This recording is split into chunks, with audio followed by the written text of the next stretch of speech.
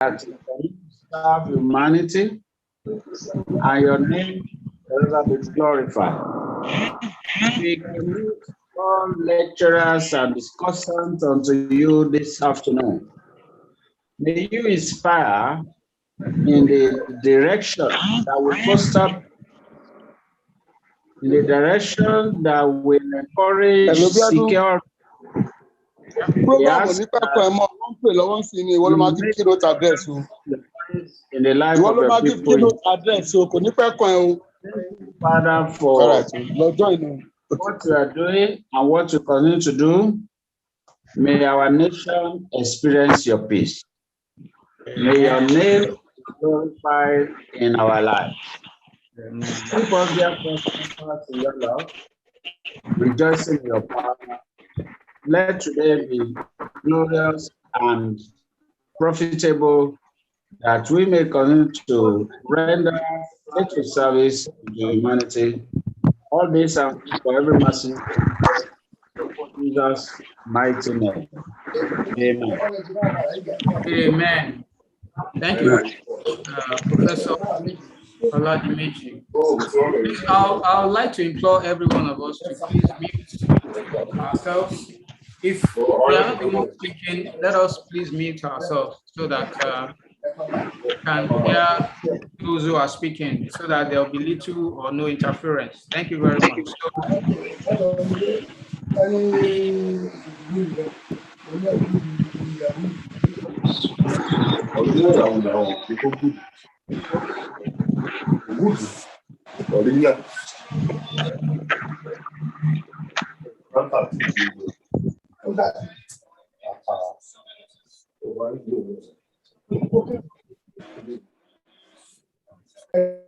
Thank you very much. So the next item on the agenda is welcome address by the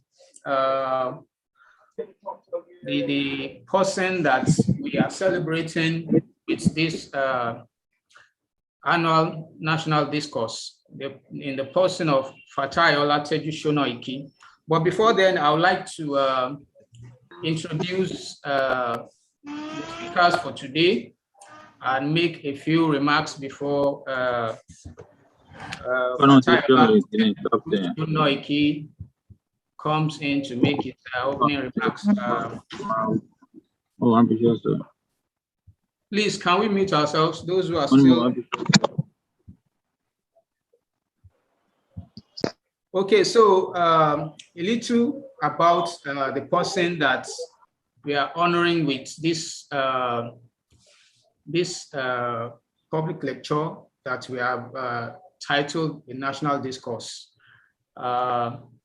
In the person of TEJU SONOIKI, known to some as FOS and known to some as Captain, and known to others perhaps with some other aliases. So this is the second edition of this annual, what is becoming an annual lecture to honor TEJU SONOIKI. The first edition was held last year, just around this time, and this topic was about federalism. It was held virtually and recorded too, just like this public discourse is also being recorded and also being streamed live on YouTube. So that this lecture can be of public record, and immediately after it's anyone and everyone that desires to see it will be able to see it. So it's being recorded. Hopefully next edition, the last year's edition was held virtually. This one is also being held virtually. Hopefully the next edition will be held physically, by which time we hope that the world will have gotten over the pandemic. So who is TEJU SONOIKI, or TEJU SONOIKI, the one known as FOS and Captain? Well, to me, Fatai is a leader in the true sense of the word. Is someone that can be selfless, is goal-oriented, is a man of wisdom, a man of compassion, and a man that cannot be easily deceived, and someone who, when he belongs to a group, often puts interest of the group over and above self-interest. These are some of the qualities that we see in true leaders. So TEJU didn't just become a leader overnight. He's had quite some practice right from his days in secondary school. He has actually been playing some one leadership role or the other, the president of school clubs and all that. So he has had quite some practice, and that is why in most places that he has found himself now is playing one leadership role or the other, and is having great impact in those groups that he belongs to. So having said that, I will like to also, if permitted, to quickly introduce some of the, all the speakers that we'll be having today.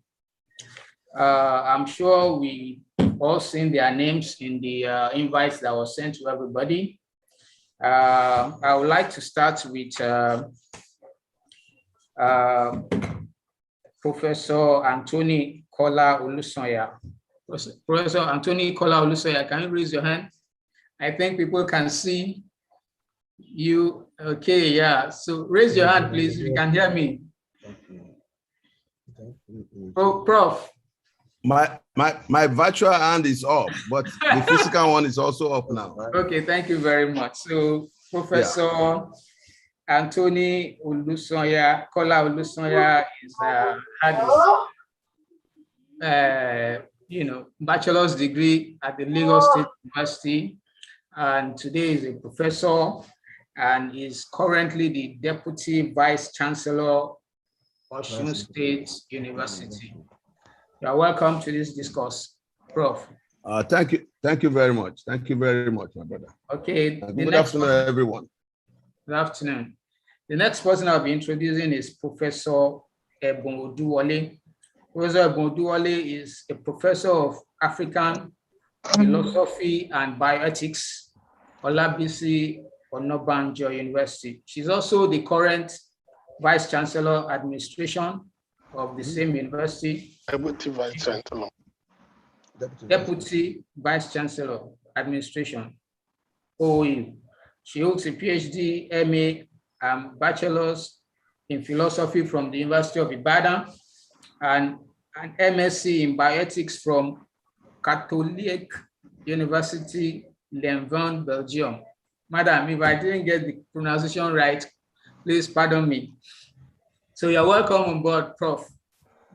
Thank you very much. I'm happy to be here. I'm the former Deputy Vice Chancellor, Administration of Olabisi Onabanjo University, and I'm also a visiting lecturer at Osun State University. My DVC is here, powerfully here, and I'm here in capacities Olabisi Onabanjo University. I'm presently Osun State University. Thank you very much for taking care of me over there. You're welcome, Prof. You're welcome, Prof. Good to see you. Thank you. Thank you. Thank you, Madam. Thank you, Prof. The next person I'll be introducing is Professor.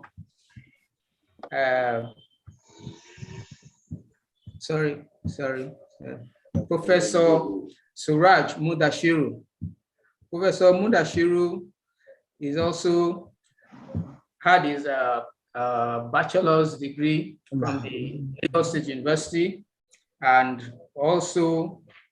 had his PhD also in political science from the University of Lagos. Presently, he's a professor of political science, Lagos State University, and his area of specialization is peace and conflict studies. Prof, you're welcome. Please raise your hand or speak. Let us see you. Thank you very much, sir. Good afternoon, everybody. Good afternoon. Thank you, the coordinator.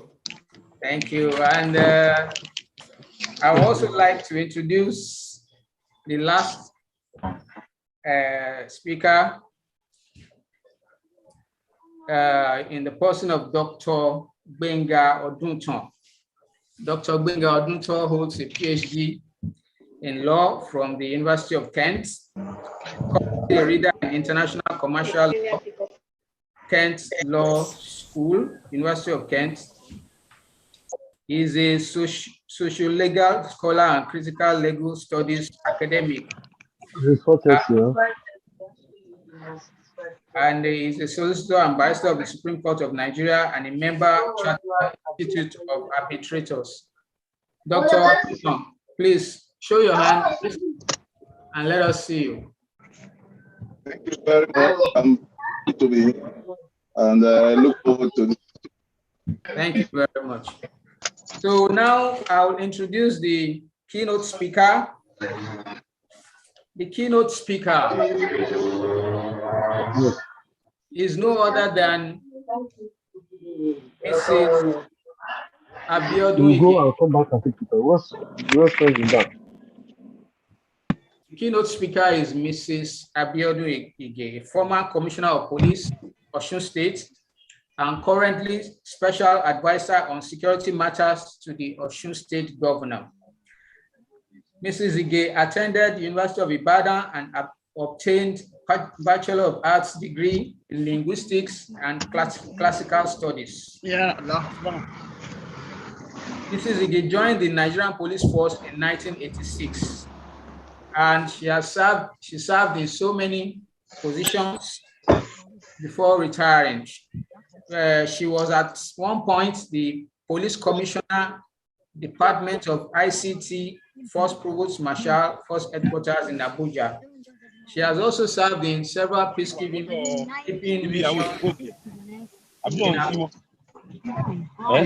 She's also been part of several peacekeeping missions. She was in Bosnia-Herzegovina, she was in Kosovo, and she was in Timor-Leste. We welcome you, Mrs. Abiodun Ige. Please show your hand. Let's see you speak. Good afternoon. Good afternoon, ma. Nice having you here. Nice being with you too. Thank you very much. So I haven't done the introductions. The next item is a welcome address by the person in whose honor we are having this national discourse. The person of giving money to go and buy. The person of Mr. Fatai Ola TEJU SONOIKI, FOS, the one some of us known as Captain. Fatai SONOIKI, please.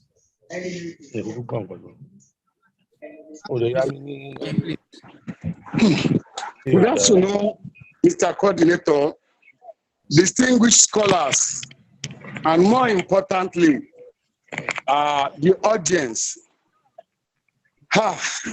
I want to believe that the coordinator skip introduction of the moderators, which may come after this welcome address. Well, there is something that we all recognize today, and that is the quest for Nigeria's development. The quest for Africa's development has always dominated my discussions with every one of you here. However, last year during my birthday, some of my friends, led by the coordinator of today's event, Mr. Abiodun Durojaye, a seasoned journalist and a seasoned public analyst, a former editor, called me that come. All of us that we have been discussing Nigeria, all of you and your friends, and all of us who will be discussing Nigeria, let us come and talk about it. And I think I've always been saying that the quest for development is the duty of all of us. Of course, by discussing it, we are all contributing our quota. I can assure you, those who are at the helms of affairs today, they are our colleagues. Some of them are junior to us. They are like us. They are not human beings. That is the role they are playing. For whoever is opportune to listen to all those things you have been discussing, you will never know how long those things is forming the opinion of discharging their duties. And I can assure you that by discussing like this, we must up the game. We must not just be criticizing. We must not just be saying this and that. The event of last year went to some authorities. You may not know. It informed part of the decisions taken by some people today on federalism. Biodun will bear my witness. We are not just doing this for fun. By God's grace, whatever opinions gathered today will be availed to my friends in government. And my friends know I'm serious. I'm a serious person. They will do something meaningful about it. You just watch and see. So this is our modest contribution to the development of our country and our continent. Gentlemen, I welcome all of you. Thank you very much. My sister will come and thank you at the end of the day. Thank you very much. Thank you for that welcome address. Thank you very much. Sorry, let me quickly introduce the moderators. Actually standing in for them. The moderators for today are Justice Olalekan Agunbiade, just of the High Court in Ondo State, I believe. You are welcome on board, sir. If you are here, please unmute yourself and speak. Justice Olalekan Agunbiade. Okay, so the second person that will be coordinating is Dr. Ulabi Tiamiu. Dr. Ulabi Tiamiu, if you are here, please indicate and unmute yourself and speak. Thank you, Mr. Coordinator. My name is Dr. Ulabi Tiamiu. I'm actually a professor also. I'm a professor of accounting at the Harriston State University in St. Louis, Missouri, USA. And TEJU, I really congratulate you. And we were in HSC together, and you were very passionate about discussing about Nigerian affairs. And we really appreciate you for that. And we congratulate you for your various successes. Well, the point I'm trying to make here is that as the moderator, I'll be very happy to listen to you and summarize and put it in a context we can readily understand. But I want to tell you that as the only representative from diaspora, this is very important to me. I give a lecture annually at the best university we have in Missouri State. And they asked me to talk about doing business in Nigeria. The last time I was doing that lecture, we were not happy because of the security aspect of Nigeria. So I hope that we can have some discussion today that will shed some light into positive things to come in Nigeria, especially relating to security. With my friend Biodun Ige, in the discussion, and my friend Ebun Oduwale, and various intelligent people on this panel, I'm very sure that we're going to learn a lot that will help improve the image of our country outside. And myself, a person in diaspora, I'm just an agent of positive change. Thank you.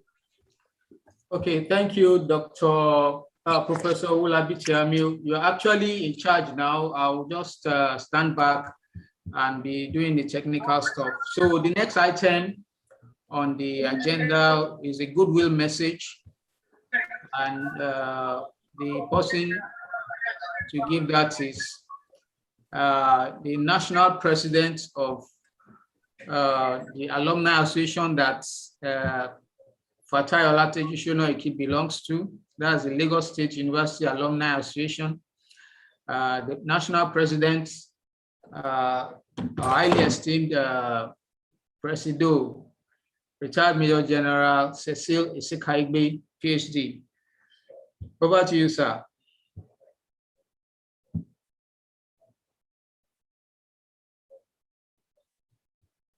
Sir, you have to unmute yourself to speak.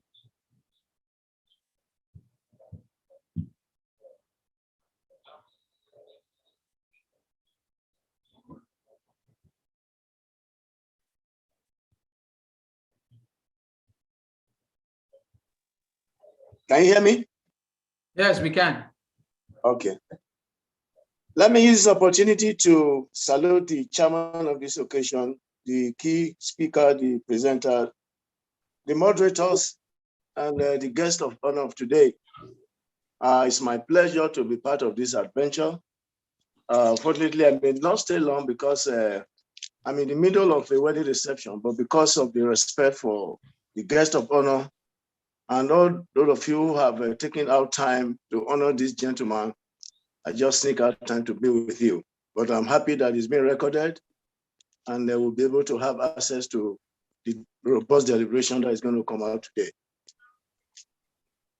SONOIKI, capitally known as Captain Show, has been a very good friend right from our days in the university, Lagos State University.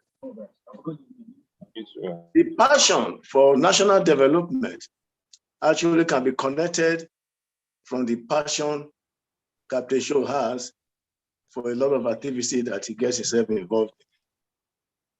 SONOIKI brought me into LASU alumni affair.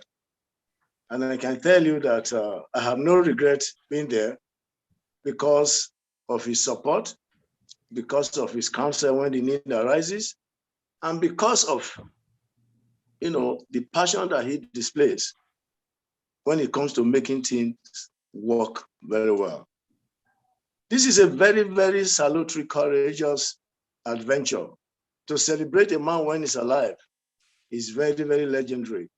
And I want to salute all those who put this together. And that God Almighty will also meet you at your point of need as you celebrate TEJU. I wish you a very, very successful deliberation. And I can assure you that this one will spur a lot of us into more actions in celebrating many more people who have distinguished themselves like Fatai SONOIKI. I wish you well.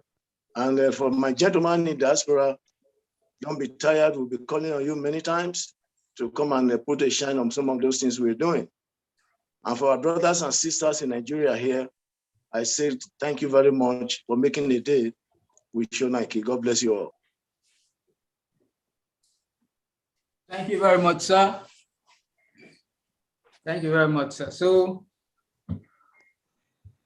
like I have indicated in the chat room, the next item on the agenda is now to listen to the keynote speaker, and the person of Mrs. Abiodun.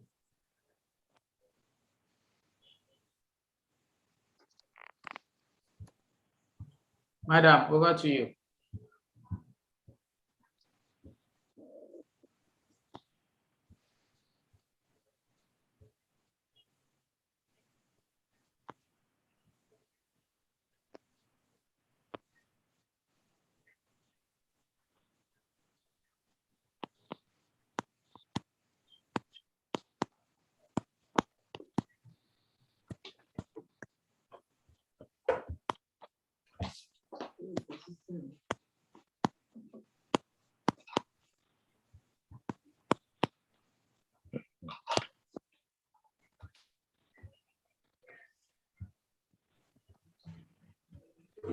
Okay. Okay. Okay. I think I can hear you now. Am I on? Yes, you are on. No, okay. Thank you very much. Is that Mrs. Abiodun? No, I don't look like a Mrs. I'm Dr. Motesho. No, we are calling on Mrs. Oh, okay. Thank you. You are not on. Yes, please. Okay, I'm not on. Okay, Mrs. Ige is on now. Mrs. Ige is on now. I just want to know if you can hear from my side. I'm not. We can hear you. I'm going to have to mute you now, Mr. Go ahead, man. I hope you can. Good afternoon, everybody. Good afternoon. Let me start by appreciating each and every one of us today. Security, because we develop. We are talking of peace or security. Either way we want to look at it, we will be talking about an environment that is free from crime, free from threats and harassment. We'll be talking about an environment where you feel free with your neighbors without much or any suspicion. We'll also be talking about an free from war or fear of war.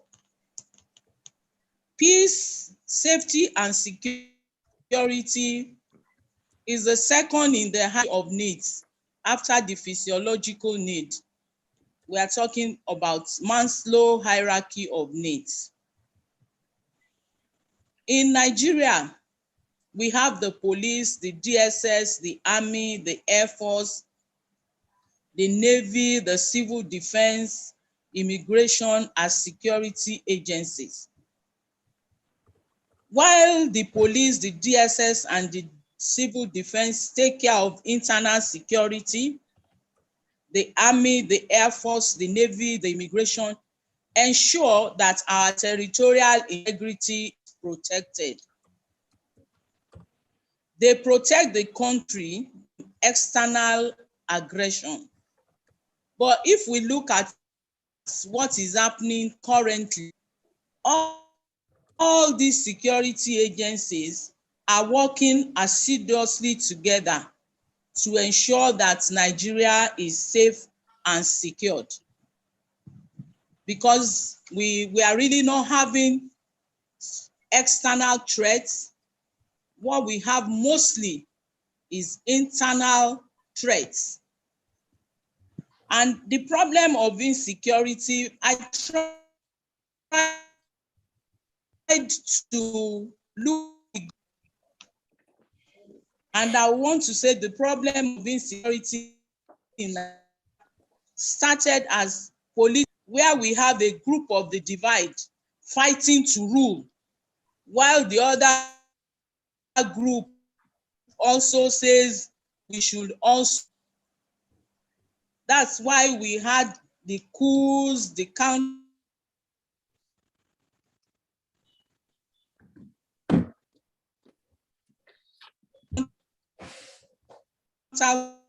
coup. Okay, madam, may I suggest that you off your video so that your audio. Had the Biafran. Can you just mute your video so that your. Is that okay now? It's getting better, yes. Can you hear me now? Yes, yes. Go ahead, please. Go ahead, madam. It's better now. Then the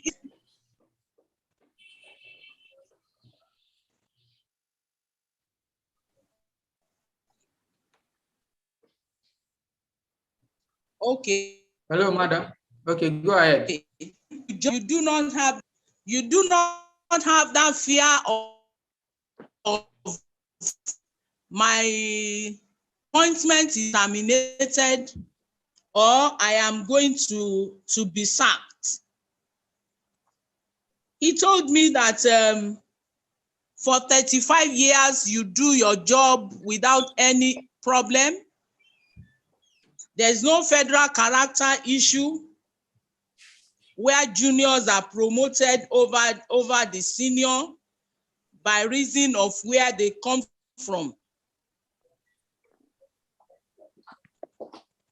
He said you can start building your house from to join the service, and you can build it for 20, 25 years because all you are trying to do is you are looking for a place where you will retire to.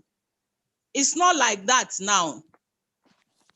What we have is, as soon as people join the job, they start, planning, rushing to start building houses, not even a house that they will retire into, houses in all the state's capital. And how did we come about that? Somebody came, a head of state came and then, sacked many people. The reason nobody could explain. And it's continued like that. As we continue in it, people began to worry. Who is the next person that will be sacked? Who is going to be the next person that is going to lose his or her job? And when people are sacked like this, no replacement. In the civil service, we started having unemployment. Unemployment issue is not only in the civil service, it's happening all over the place. And then unemployment gave birth to corruption. Because people, all people think is, as I get into the service or I get into the job, what is going to be my take home? This gave birth to armed robbery, kidnapping, banditry, thuggery, cultism, Yahoo, and we can begin to think of how everything degenerated to what we are, what we have today. Issue of food security also came in. The farmers and the herders clash every day because the herders will carry their cows into people's farms. They will what they have planted. At the end of the farmer who has suffered, to plant, waiting for harvest, will not have anything to harvest. And we started having issue of insecurity along farmers' herders clash. We also have agitation, resource control. I was privileged to attend a peacekeeping mission in 3 countries. And I know that the major problem they had was issue of resource control. Yugoslavia was broken into 6 countries because some people felt, yes, we are the one generating revenue. Is another part of the country that is enjoying the revenue that is generated. A part of the country is suffering while a part of the country is enjoying. We have that. We all know what when we are talking of issue of resource control.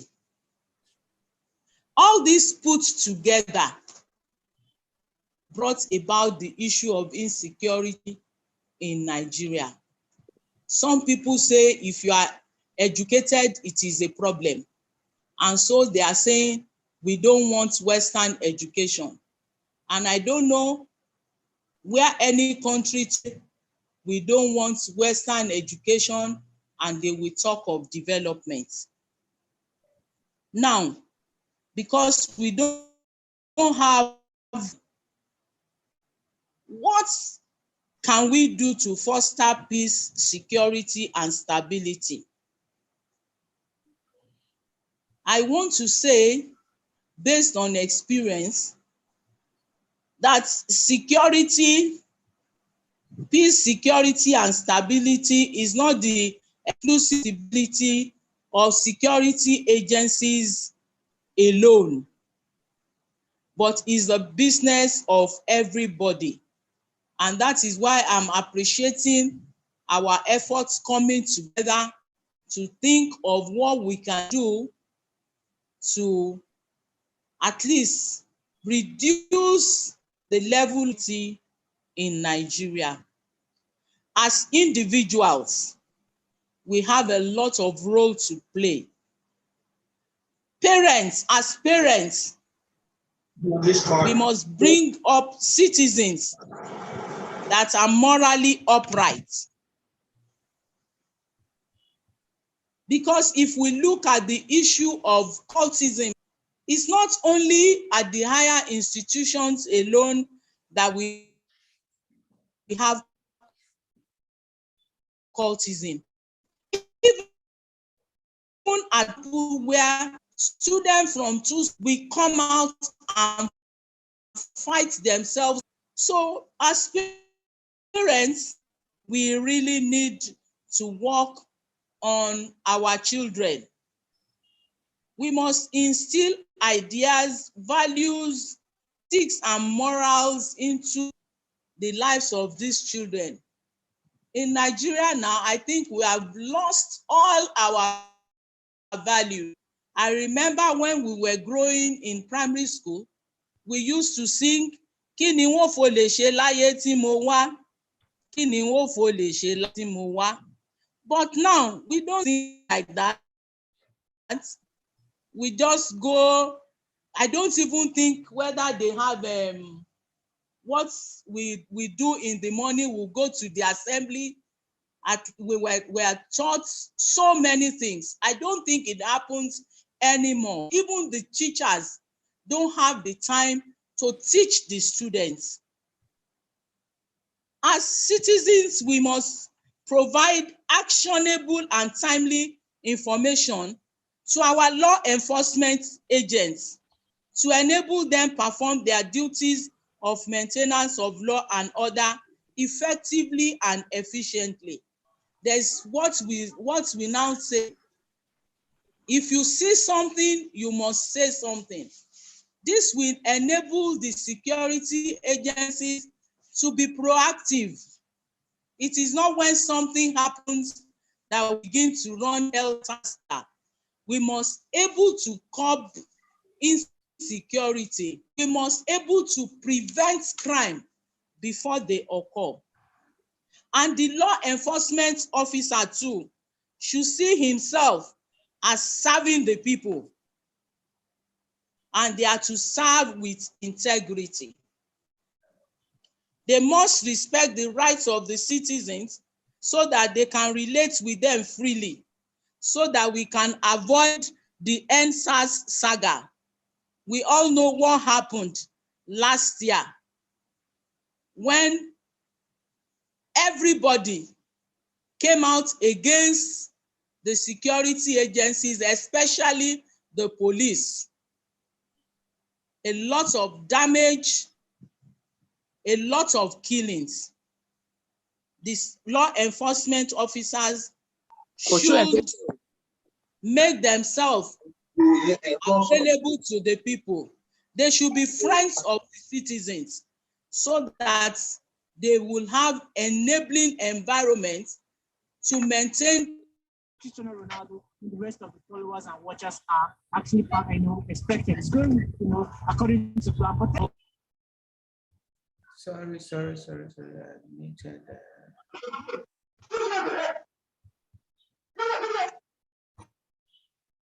Sorry, I muted the speaker mistakenly. Somebody was disturbing. Let me look for. Hold on.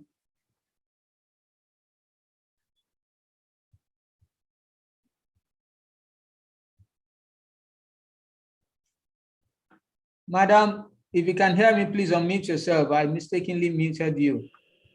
Sorry, can the host mute everyone apart from the person he lets in? To, if you mute all of us, then you can let us in when you want. That's what I'm doing.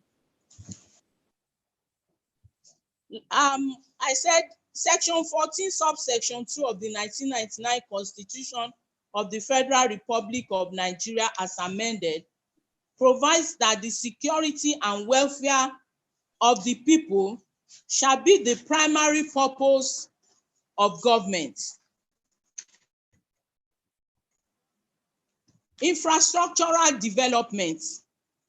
Recently, an elder statesman said that any government project not centered around people's interests are dubious and breeds insecurity. He further said projects that are not targeted at community development radicalizes the society, leading to banditry, kidnapping, and other security problems. Looking at resource control, what percentage of a community or state generates is used to develop that area? It's not the case in Nigeria. It's a case of monkey dey walk, baboon dey chop. What some ethnic groups generate is used to develop another ethnic group. And this is causing problems. It's causing agitation. And the government should look into this. Government should fund the educational and the health sector adequately. Adequately. I want to say adequately. Because day in, day out, our educational and our health sector is dwindling. And it's causing security issues all over the place. No citizen from any part of the country should be superior to the other. Let's look at the recruitment ratio. When I joined the police, we were 5 from each of the states. But when it comes to promotion, some people are highly favored because of where they come from.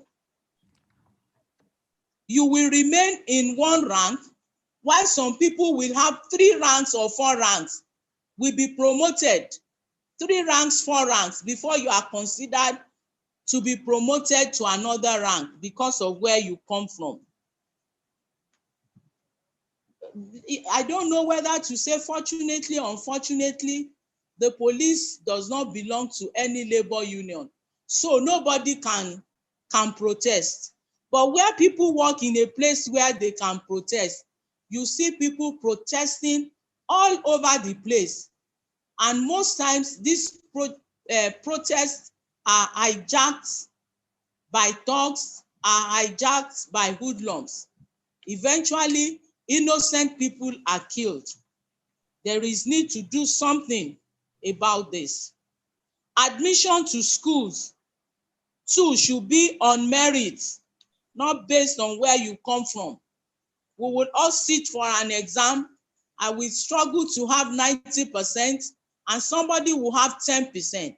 I will not be admitted, and somebody with 10% will be admitted. It's causing security issues all over the place because people are really, really agitating, and it's not allowing for development. Proper funding of the security agencies. This is a serious problem. Patrol vehicles, logistics to work with, enabling environments. I know that most of us go to police stations. We know what is happening there. We know before we can get anything done, we know what we pass through.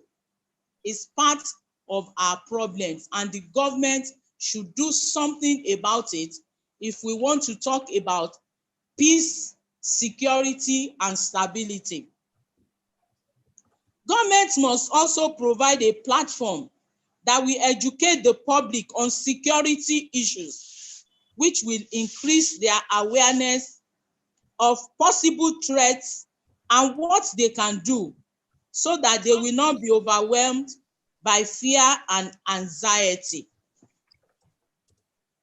Everybody needs to know what they should do when they are faced with security threats. I know when I was CP in the state of Osun, when we had issues of kidnapping, many people do not know what is happening. But thank God for the social media going all over the place, telling people this is what you should do, this is what you should do. The government must let people know what is happening. We don't need to hide that we are facing insecurity in this country, so that everybody will muzzle up their efforts to see what we can do to fight insecurity. Then religious groups. What does our religion preach? Our religion, what are they preaching? Are we preaching peace or are we preaching war? Are we preaching religious tolerance? I will want to say any religion that teaches or promotes killing of human beings for any reason is not a good religion. If you are preaching that somebody should be killed, either for that person to accept your faith, then that religion is not good. And so we must begin to talk to ourselves to tolerate each other, no matter the religion we are professing. We must preach tolerance. Let us accept ourselves as one in this country. And then we have issues. The government is really not facing this issue of insecurity the way they should. We all know what is happening in the northeast, in the northwest, in the north central. You know, let's thank God for the governors in the southwest that came together to say, let us secure our people. And that was what birthed Amotekun in the southwest. Initially, the federal government was saying it is a security outfit to fight secession. But the governor said, no, we want to protect our people. We don't want our people to be kidnapped. We don't want herders to come and disturb our farmers. And that is why the southern governors came together to say we don't want open grazing. The government really needs to sit down and, you know, make sure that her citizens, the citizens of this country, is safe. And then all of us together, we will need to work together to make sure that we keep talking. We should not be silent. We should not keep quiet. Because if we keep quiet, the government will think all is well. We must continue to organize things like this to let the government know that this autism, we are in them for.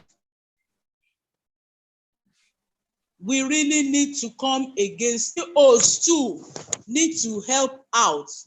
We should begin to go to our schools to talk to our children.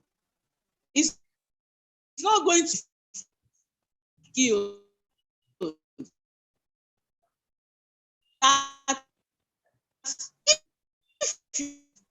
to let the government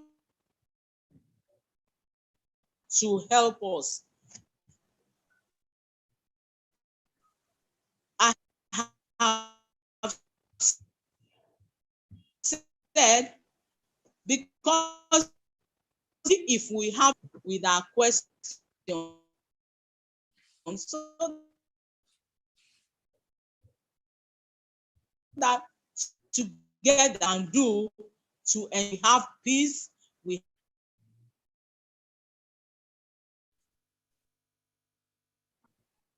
have some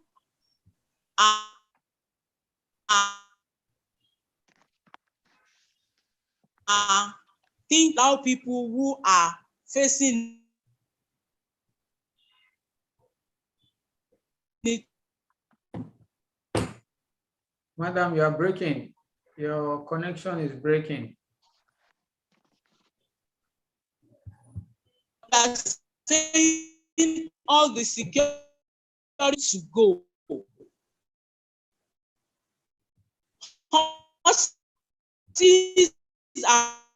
Is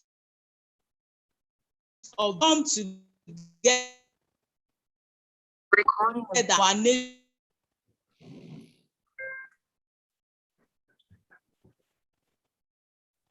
And it will heal our land, Nigeria. I pray that God will save Nigeria from insecurity.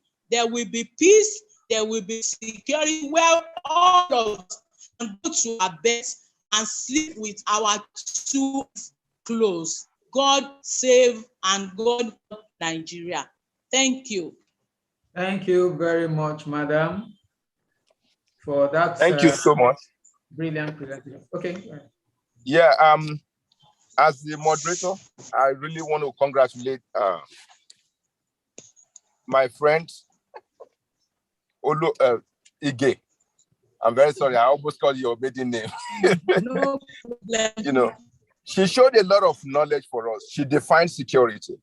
She defined, you know, the fact that peace is the ultimate. You know, the citizens have to live in peace. And she made us realize that our problem is not external. Our problem is internal. So she was able to focus on that.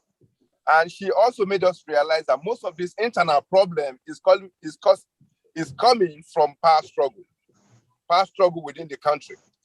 So she let us understand that our problem started with the coups. You know, when people had a coup where they just retire people without benefit, people that have been working for 25, 30 years. Subsequently, people that came into power after that started thinking about how to get their own money quickly. So that's where we started the mentality of immediate gratification. So that compounded our problem. So he also told us that, you know, for our kids, we have to focus on home training. Cultism in colleges and universities is not helping us. She made us realize that ethnic rivalry is not helping us in Nigeria. She made the point that the security of the people is a major function of government.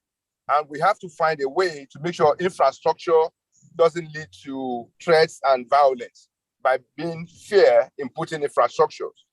She told us that tribalism is also causing problem because when people are working in government service and they don't get their due shares, they try to protest, and such protests usually lead to violence. She made us realize that the funding of our security agencies needs to be improved. The police do not have the resources to perform their functions. She made us realize that religion is not helping us because many religions should be preaching peace, but some religions are allowing, you know, the killing of other people, which is very bad. So she made us realize that government should be more focused on bandits. She congratulated the southern governors for rejecting open grazing because of the problem brought about by open grazing, whereby, you know, people who are hiding the cows go to other people's farms to destroy their farm. So Biodun has been able to give us a lot of knowledge, something to share about. And I also have to congratulate her for the courage she brought to the discussion. Many things she discussed, if she doesn't have courage, she won't be able to discuss it, because telling the truth takes courage. And I really congratulate Mrs. Biodoige. Chief, I congratulate you. I doff my hat. Great job. So now we're ready to listen to Professor Anthony Kola Olusoya. Hi, everyone. Hello there. Yeah, as very much the keynote speaker has driven on the issues. One point that one word that I will use to summarize the whole crisis, especially in the country now, is trust. T-R-U-S-T, trust. Where trust is lacking, there will be so many issues that leads to people reading meanings. There's a Yoruba adage that says that once there's a conflict, even honest music or honest song becomes a war song or war tune. Time it was when our generation was growing up, we didn't have these trust issues. We didn't even see any other Nigerian, either as a Yoruba or Igbo or Hausa. We might have done so in a joking manner, but not in the real context of it. I think the problem that this was suddenly we began to see ourselves as owner of everything that we are. And that has eaten deep even beyond the national scope into even the family. And where there's no cohesion, you should expect this kind of crisis. It's very fine. There are social issues. Social issues are bound globally. But Nigeria's case is unique as we are. When a section of the country feels we are better educated than the other, so I should have better opportunity than the other. It's also raised the question of what about getting along everybody so nobody is left behind? Issue of trust, accommodation, or this is my resource, it's coming from my area. It shouldn't be used for other areas.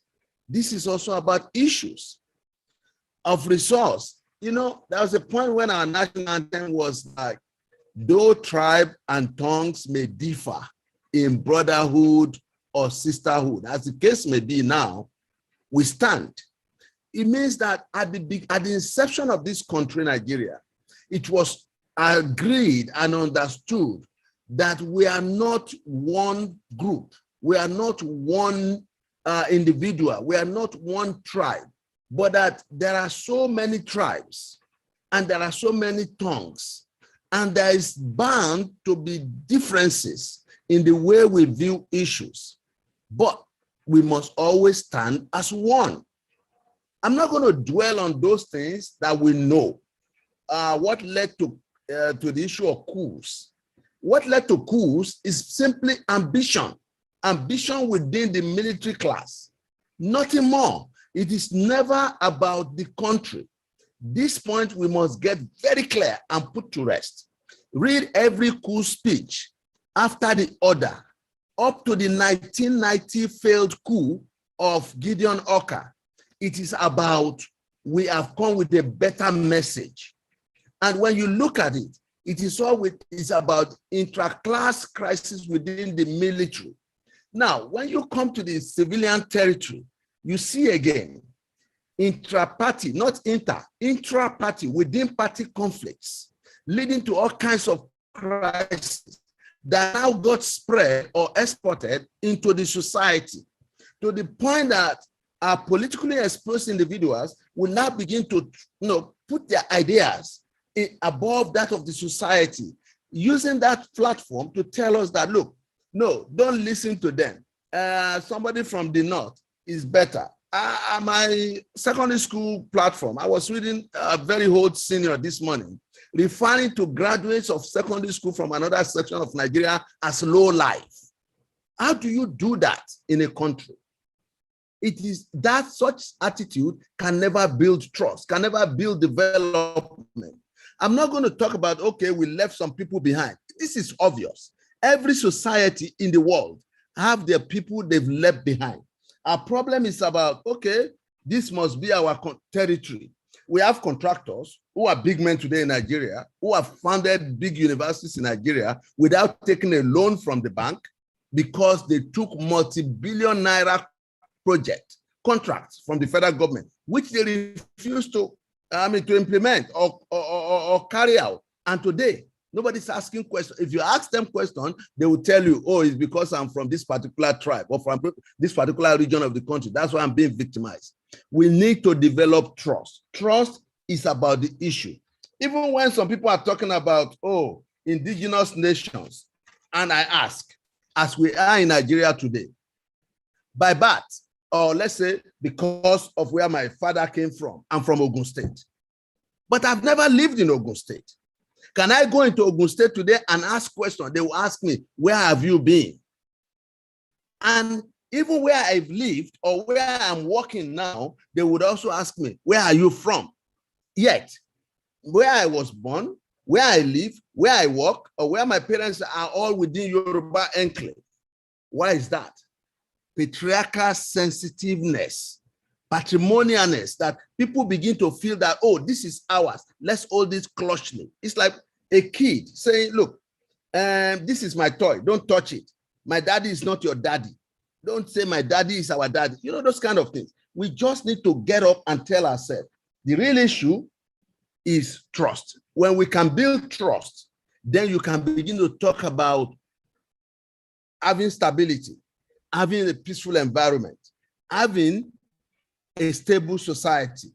Can you have a stable society where there's no trust? The keynote speaker pointed to one issue, that some people will say their religion or faith is more superior to the other. But then you can also ask yourself, if you say, oh, well, no problem, if you feel so, I accommodate you. The issue of diversity, inclusiveness is missing in our country today. But also, you know, we can see all these. Trust at a local context within the country. We also cannot remove our country from the global players. Today, there are more issues contending on the global space that are beyond the Nigerian space. Yet, we might be seeing, let's say, for example, the crisis in the Northwest. Oh, Boko Haram says they don't like Western education, and this is what they prefer. And as the way I'm going to pause my video, as the way the things are, when Boko Haram say they don't like education, you now expect, okay, everybody shouldn't like. No, but that also does not mean that everybody in the Northwest don't like education. But when you also now go to the Northeast is a different ball game. You know, when you begin to look at the context, that's when you will understand and be able to interrogate the questions that we have, that we need to find solutions to. Majorly, I would say on this platform, let's redress our step back to trust. If we can win trust of ourselves, then we can begin to talk. If you don't have a trust, I put it here to everybody here that we will keep talking till the kingdom come. Even when we have Sovereign National Conference, Constitutional Conference, Indigenship Conference, whatever conference you can call it, once trust is missing, we will continue to miss it. The problem is inherent in us. Let's be very accommodating. I'm going to give you an example. Where I live in Osun State, I live in Ede. The first guy that I saw in my neighborhood when he was coming up was a young man. He was following a herd of cow. And I heard him speaking Yoruba. So I asked him, how come a Yoruba has this so much herd of cow? And he said, I am Fulani. My father is Fulani, but I was born in Ede. And I asked him, do you know where you come from in the northern Nigeria? I said, I have never left Ede. Then I asked him, how old are you? He said he was 28 at that time in 2015, 28, which means add 5 years to his age today is about 33. Now, if you don't trust that guy who was born in Ede, who speaks Yoruba like the indigenous Yoruba people, not the Lagos or Ibadan Yoruba that other Yorubas speak. Now, you are telling that guy that he's not where he is. That's where he should come from. Then I asked, who owned these cows that you are herding around? He said the cows are owned by people in the neighborhood. He even asked me, Oga, if you want cows, just buy 2 or 1.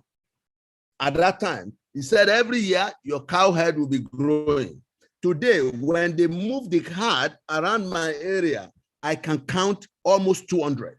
If this passes through anybody's farm, are those Fulani herdsmen? No. But because some group have been able to manage how to, they also learn how to manage herd, then you now categorize them. This is one of the problems that I have, that when you set agenda and then you stigmatize an ethnic nation or an ethnic group, that, oh, they are main issues why you have problem. It will take my mind back to where we are when the Europeans came just during the Kiriji War. I am Ijebu, I'm Ibadan, I'm Ijesha, I'm Ekiti, I am this, I am that, and we are fighting ourselves.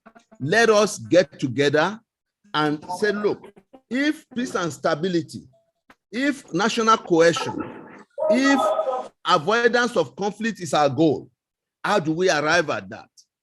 Trust, accommodation, accepting our diversity as a strength. And now saying that a nation is never one nation because it is just one tribe. A nation is about a group of people who agree to live together in peace, harmony, fairness, justice. But every one of us can come to the debate today and we say where the shoe is pinching us. I can say, Osun State, I'm not from Osun State. I'm from Ogun State, by my father's hometown. I'm from Ibadan, where I am born. I can also claim Osun because I pay tax in Osun if we go by some Western countries. But you see, when I was to become a deputy vice chancellor, I had some people saying, he's not from Osun. Why should he hold such a high post? This is among us, Yorubas, trust, patriarchal sensitivity, or my daddy is not your daddy's sense. Professor Oduwole, she's of Osun State University today. I know when she probably was going to become the deputy vice chancellor administration in Agoiwe, she must have faced some issues like, oh, because she's a woman cannot be above men. It's about trust, inclusivity, and then acceptance of the fact that we are only diverse, and our diversity is the strength to our growth and development and avoidance of conflict. I'm going to pause there for now for other speakers. Thank you.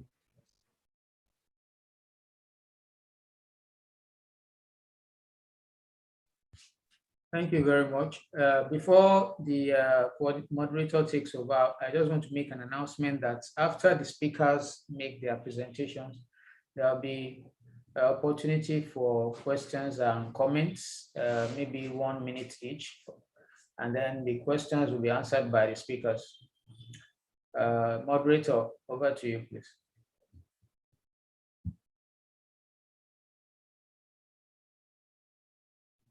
Are you there? Professor Chiamiu. Okay, I think we can call on the next speaker and the person of Professor Ebon Oduwole. Madam, over to you. Thank you very much. Good evening, everyone.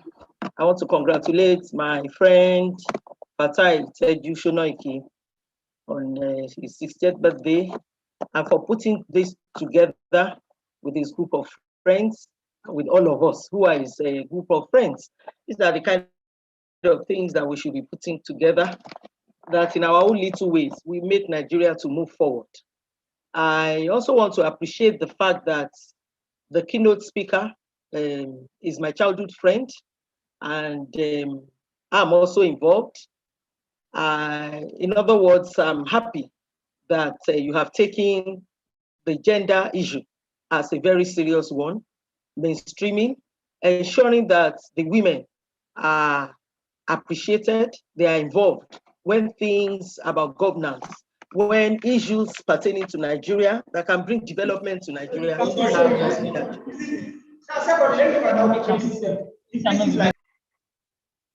Yes, when issues that borders upon the Nigerian economy, the Nigerian development, and so on, and even world peace is considered. So thank you very much to those who put all this together.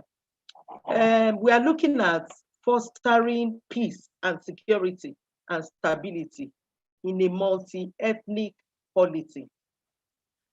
The world is full of violence, wars, kidnapping, banditry, insecurity generally in the whole world.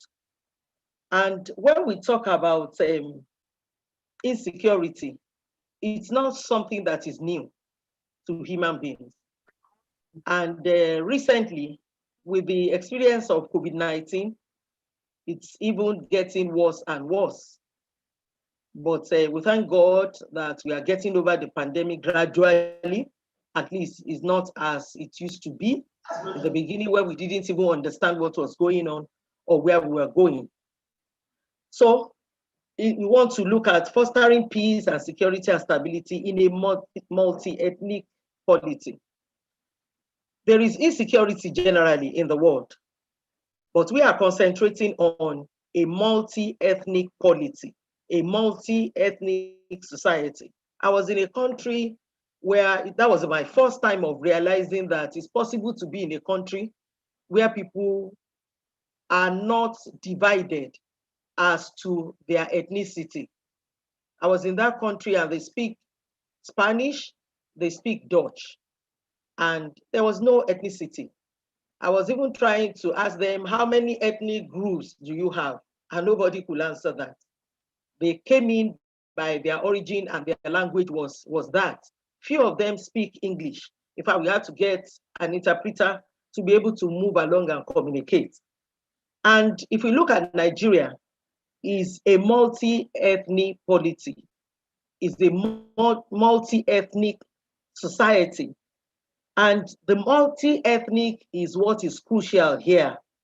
When we talk about multi-ethnic or ethnic society, it is an informal group, an informal interest group, which members are formed through their language, their destinies, norms, values, culture, hopes, religion, and aspirations. The behavior makes them an ethnic group. And you discover that there is a kind of brotherhood, a kind of bond between them. Ethnicity can foster strong ties, brotherhood, allegiance, bond, same goals, same aspirations, ties, and this can bring development, especially if we look at it from the positive angle. On the other hand, ethnicity can become a negative thing, very bad, because it can bring bias. Once inferiority complex or superiority complex, particularly, comes into ethnicity, it brings in bias, it brings in pride, arrogance, the sense of I am superior. And usually this is not likely to happen within the ethnic group because of the communal nature of the ethnic group. For example, in Africa, in Nigeria, we are communal and we see ourselves as existing because others exist. In fact, Plato said, a philosopher, a renowned philosopher, said that man is ineradicably social.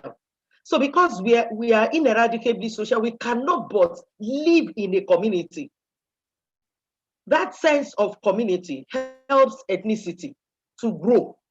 But once ethnicity becomes something, once pride comes into ethnicity, and an ethnic group has to mix with another ethnic group, then the problem arises. And an ethnic group will feel superior. They will feel that they are the ones born to rule. They will feel they are the ones that are supposed to control the resources of the society of the world, not only of their country, but also of the world. And there is a sense of pride. Prestige comes in. And these are the kind of things that brings insecurity within the society. When we talk about security and the polity, the society, there are three levels in which we can look at it. There are some societies that are created and there is unity, even in diversity. Of course, I'm not sure that this is real in the world. I'm not sure that we can get 100% of this. There are some societies too that are created in which we have a dominant group, like what I mentioned earlier. That dominant group appears to be lording it over others. And of course, there appears to be a kind of unity, even at that. Well, we may say that the unity in that kind of group, in that kind of society, in that kind of country is like the unity that you have in the graveyard. Everybody is rotting away. And there is another kind of society or group that we may have where there is terrible contest, no unity, no diversity. And this is the world in which we are. And if we are not careful, this is the kind of thing that we are experiencing even in Nigeria now. Unity is not strange to human beings. It's not strange at all. We remember the Tower of Babel in Genesis. Everybody came together, even in their diversity, and they wanted to reach God. So unity is not something that is strange to human beings. At the same time, conflict is also embedded in human nature, just like unity is embedded in human nature. Karl Marx, a great philosopher, said that he is an author and the originator of the conflict theory. And he believes that the state will be in a state of perpetual conflict because there will be competition on the limited resources that we have. And he feels that labor is natural to human beings, and that after some time there will be alienation, and that it is natural that the rich will be getting richer and the poor will be getting poorer. And this is the case, for example, in Nigeria now. The rich are getting richer, the poor are getting poorer. In fact, there is nothing like the average being in the country, average group in the country. And of course, when that happens, there is bound to be a revolution.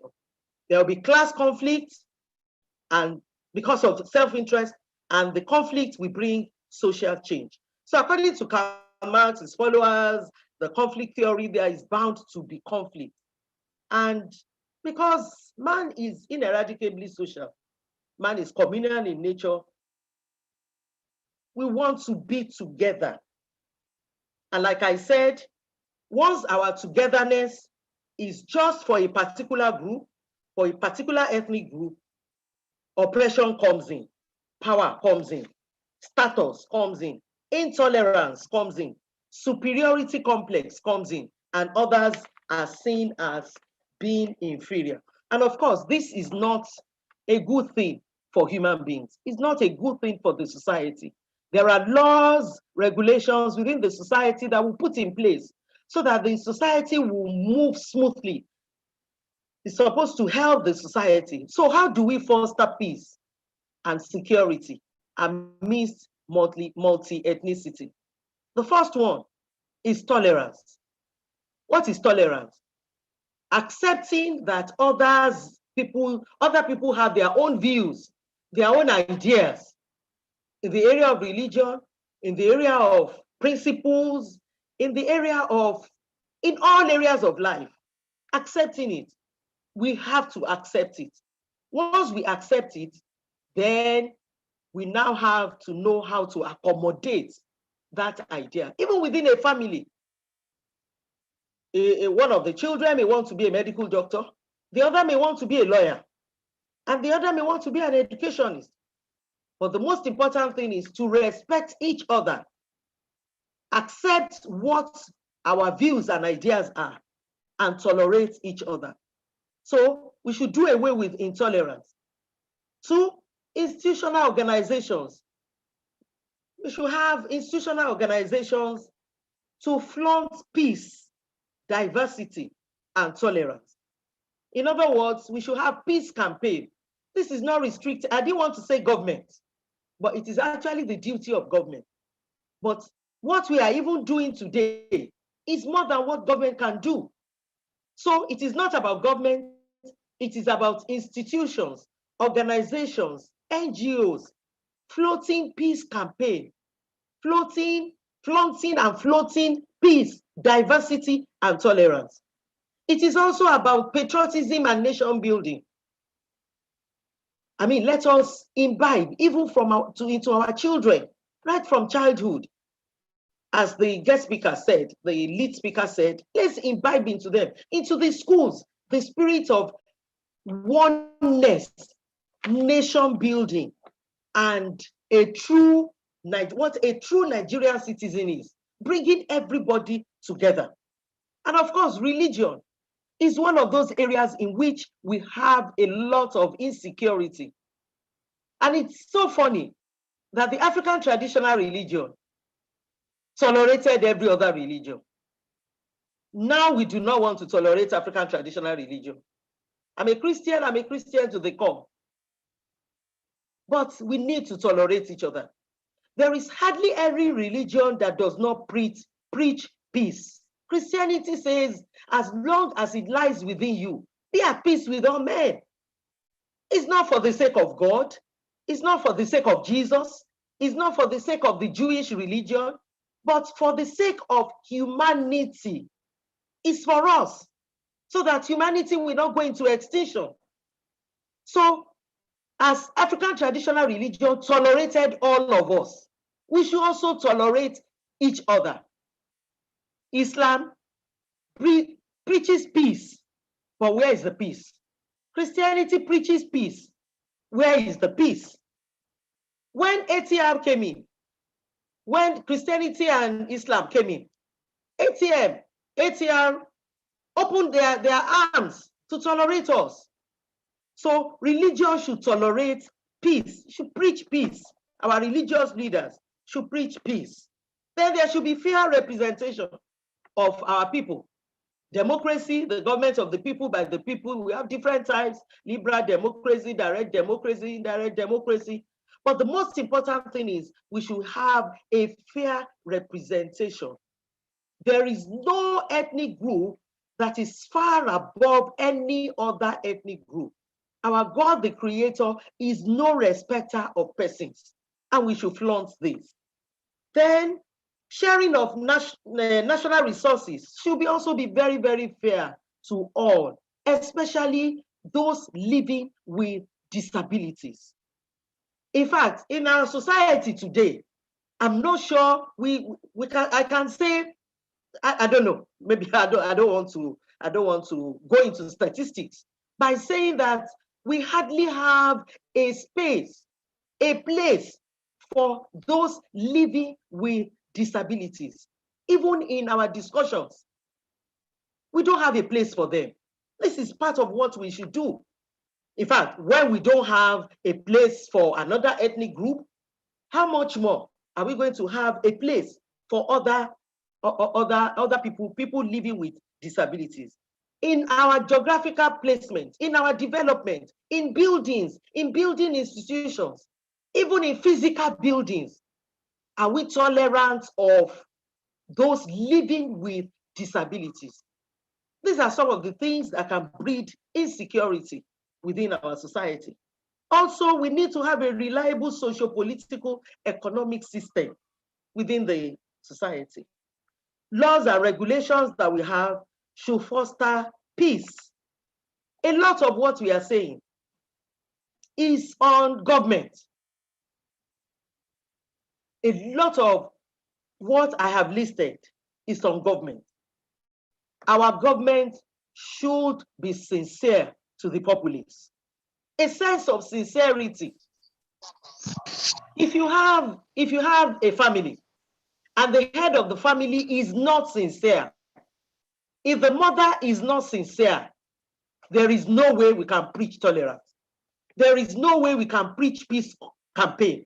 If a mother is in favor of a child, of maybe the male child in the house, there is likely to be insecurity in the house. Others will feel insecure.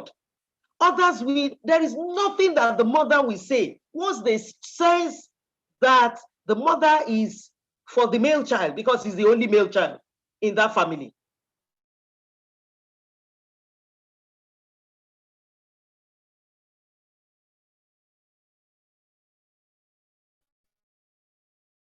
they have, that is going to thrive in that home. So our government should be sincere about nation building. Our government should be sincere. Leadership should be leadership for all. And I want to advocate that until, according to Plato, until philosophers are made kings and kings are made philosophers, then there will be no end to the trouble of states and humanity. And what do we mean by philosophers? People who have a broad educational knowledge. People who have a broad educational knowledge. Our leaders should learn to broaden their minds. Poverty of the mind. If a person has a poverty of the mind, then, and he becomes a governor or a president, I wonder how such a person will be able to rule the society and rule well. And of course, government, those in government should put themselves in the shoes of the populace, of the grassroots. I know of someone who lost his job. He sold his car and decided to go into farming. And he went into acres of land to farm. At the time he was ready to harvest, whether you call it Fulani headsmen or Yoruba headsmen or whatever headsmen, all these headsmen came and destroyed the farm. Until today, the man has not gotten over it. I know some communities in which their major job is farming. Now they are afraid of going to the farms because these headsmen, from whatever tribe they come from, go into the farm and trample upon everything that they have planted. And then they had to go back, and if they dare say anything, pass any comment, they will write to them to say that they are coming back to deal with them from wherever they are coming from. Must we go into all of this? Is it not possible? Is it not because of humanity that all these men are going into their business? If humanity, according to, can we universalize what they are doing? Let's change the table. Let them become the farmers and others become the headsmen. Can we universalize it? According to Immanuel Kant, whatever you are doing, if you cannot universalize it, whatever you are doing, if you are not respecting others, if you are using others as a means to an end and not an end in itself, that thing is not respecting the dignity of others. Thank you very much.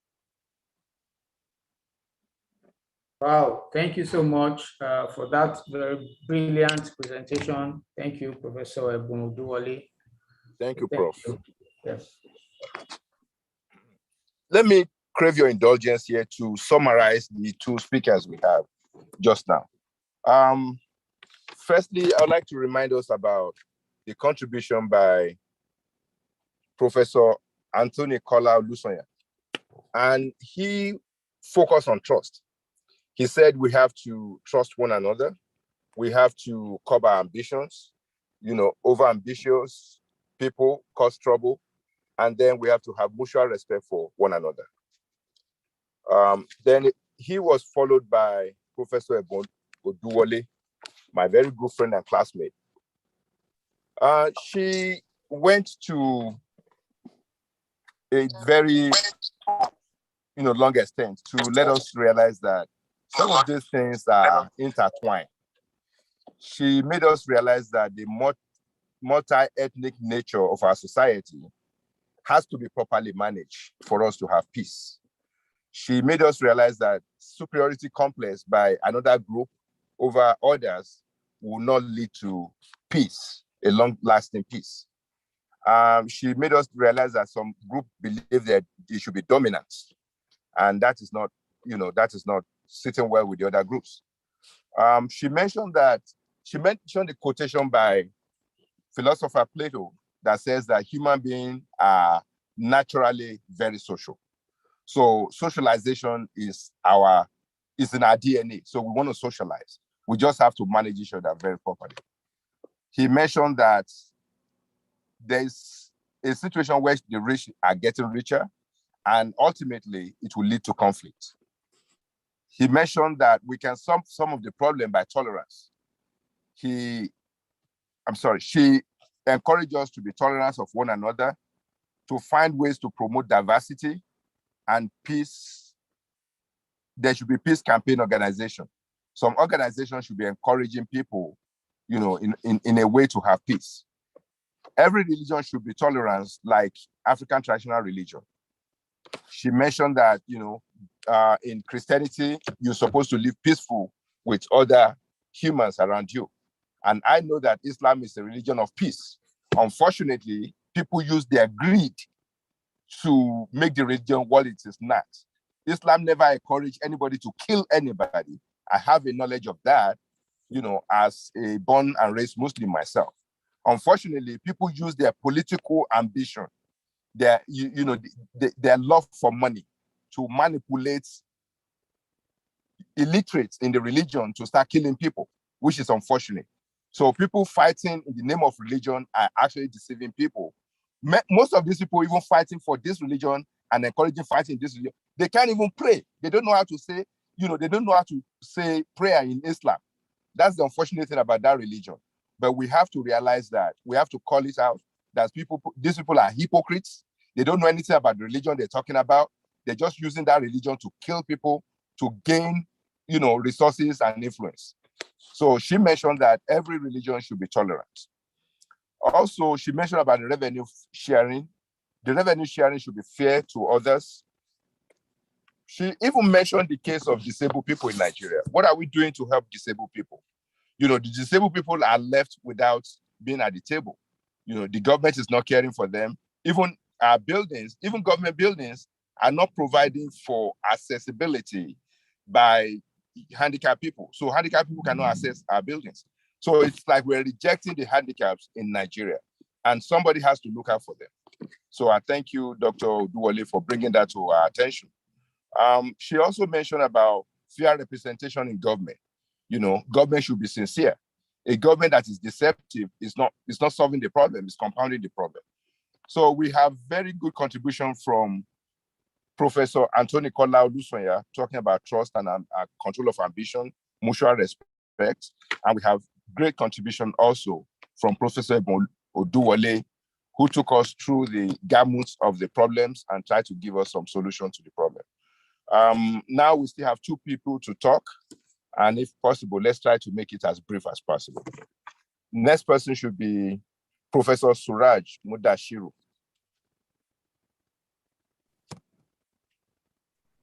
Is Professor Mudashiru in? I'm here. I'm with you. Okay. Please go on, sir. Thank you very much, sir. You're welcome.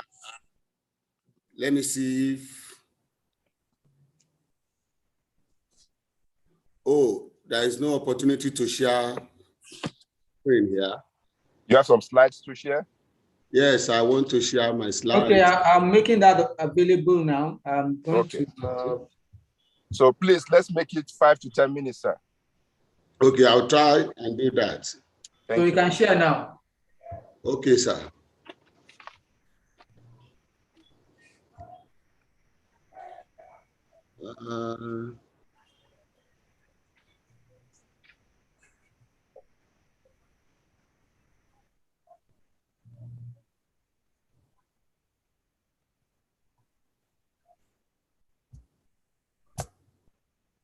Excuse me.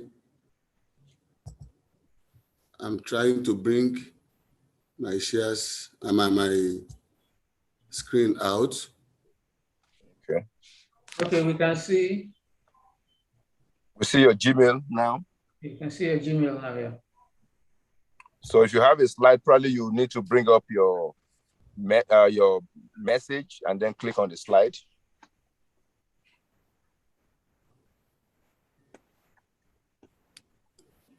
Can you see my slide now? You are still seeing your Gmail. No, okay. It's coming up now. Seems to be coming up now. Went away again. Can you see it now? Not yet. Still coming up.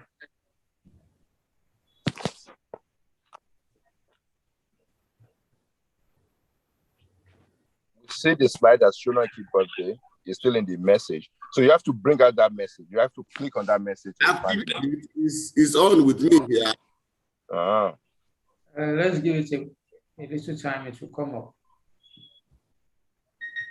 Double click on the slide again, sir. Is it showing at your end? Go to share screen. I must share screen. Go to share screen. But the slide is open here. It's open at my hand here too. Okay, you need to go and click on that. Whatever you want to share, the file you are sharing, you have to go and click on it. What you are sharing now is your Gmail. So go and click. Click. I'll close the Gmail now. Okay. Yeah, close the Gmail. There we go. You close the Gmail and then you go back to that file.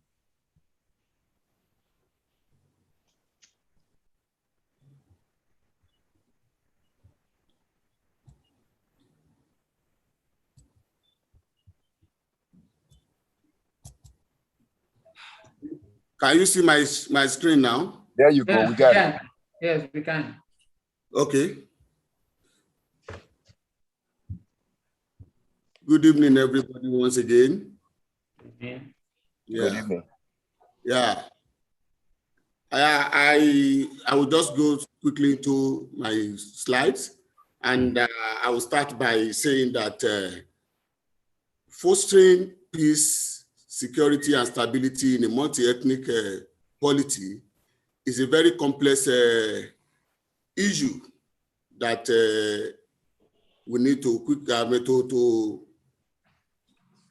discuss, and that we have to debate as we are doing, in honor of my own brother, Mr. TEJU SONOIKI, in marking his birthday anniversary.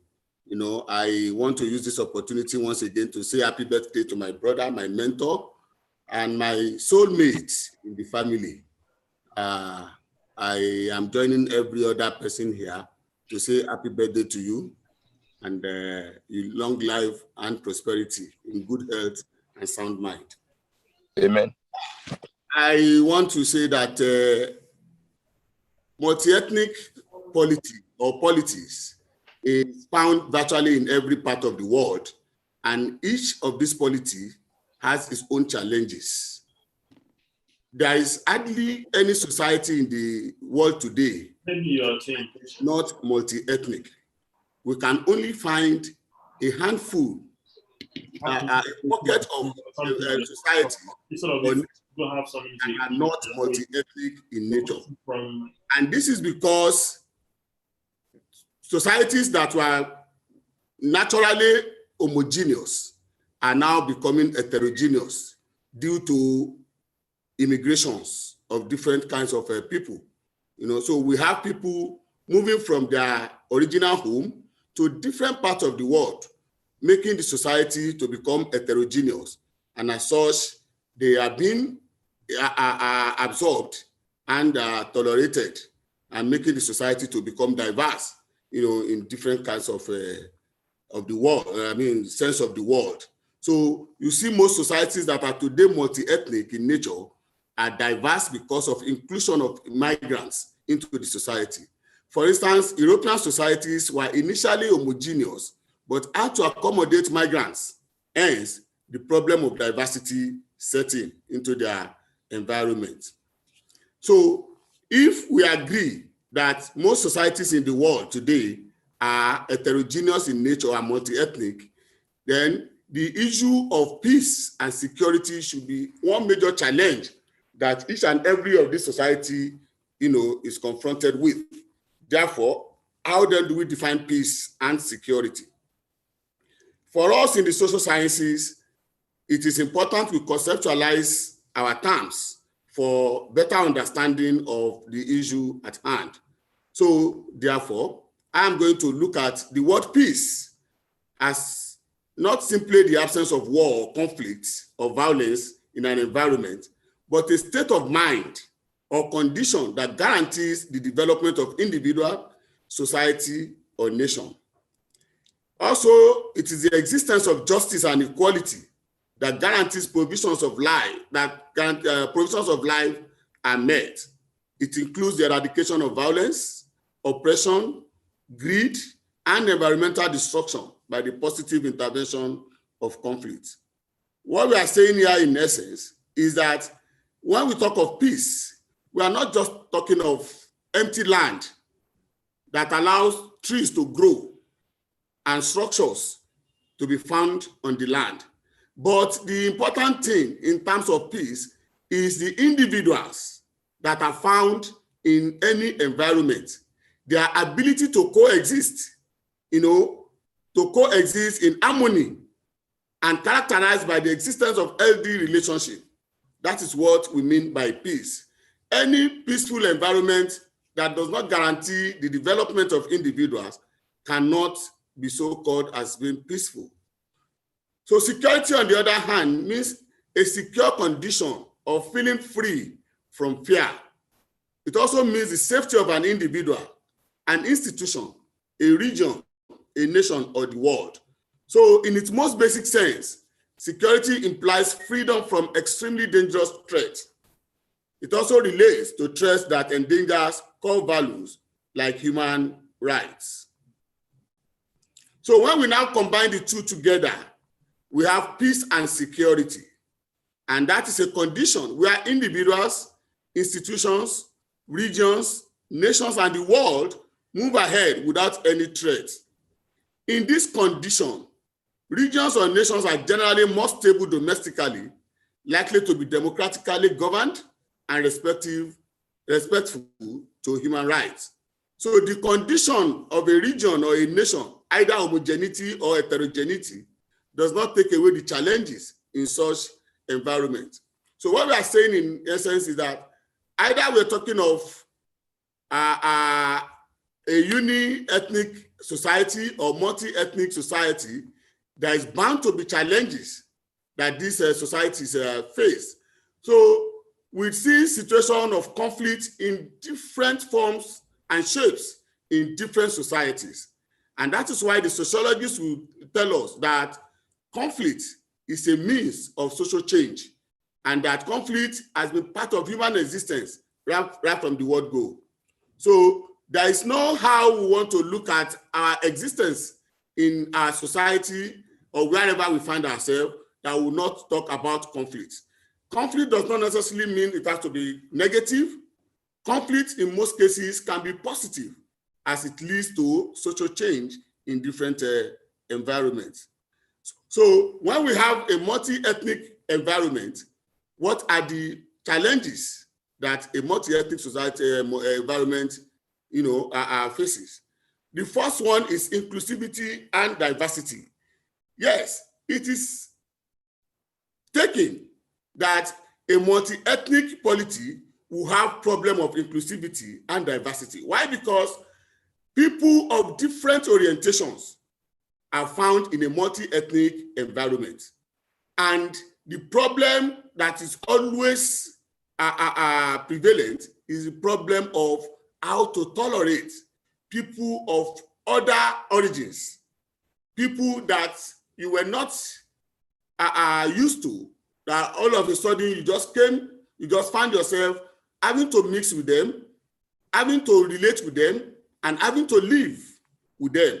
So there's usually a problem of inclusivity and diversity. And that is why in most societies that are multi-ethnic in nature, you see government creating Ministry of Inclusivity and Diversity.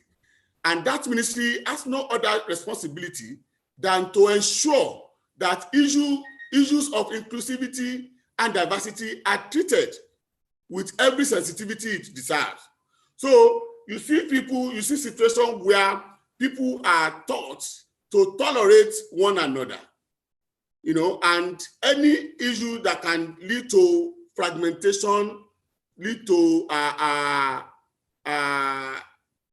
isolation or segregation are usually done away with. So that ministry is always there to preach accommodation of people of different origins and to push the horizon of the nation's development, forward. There's also the problem of multiculturalism. Yes, the fact that we have people from different origins, different orientation, means that we have people with different culture.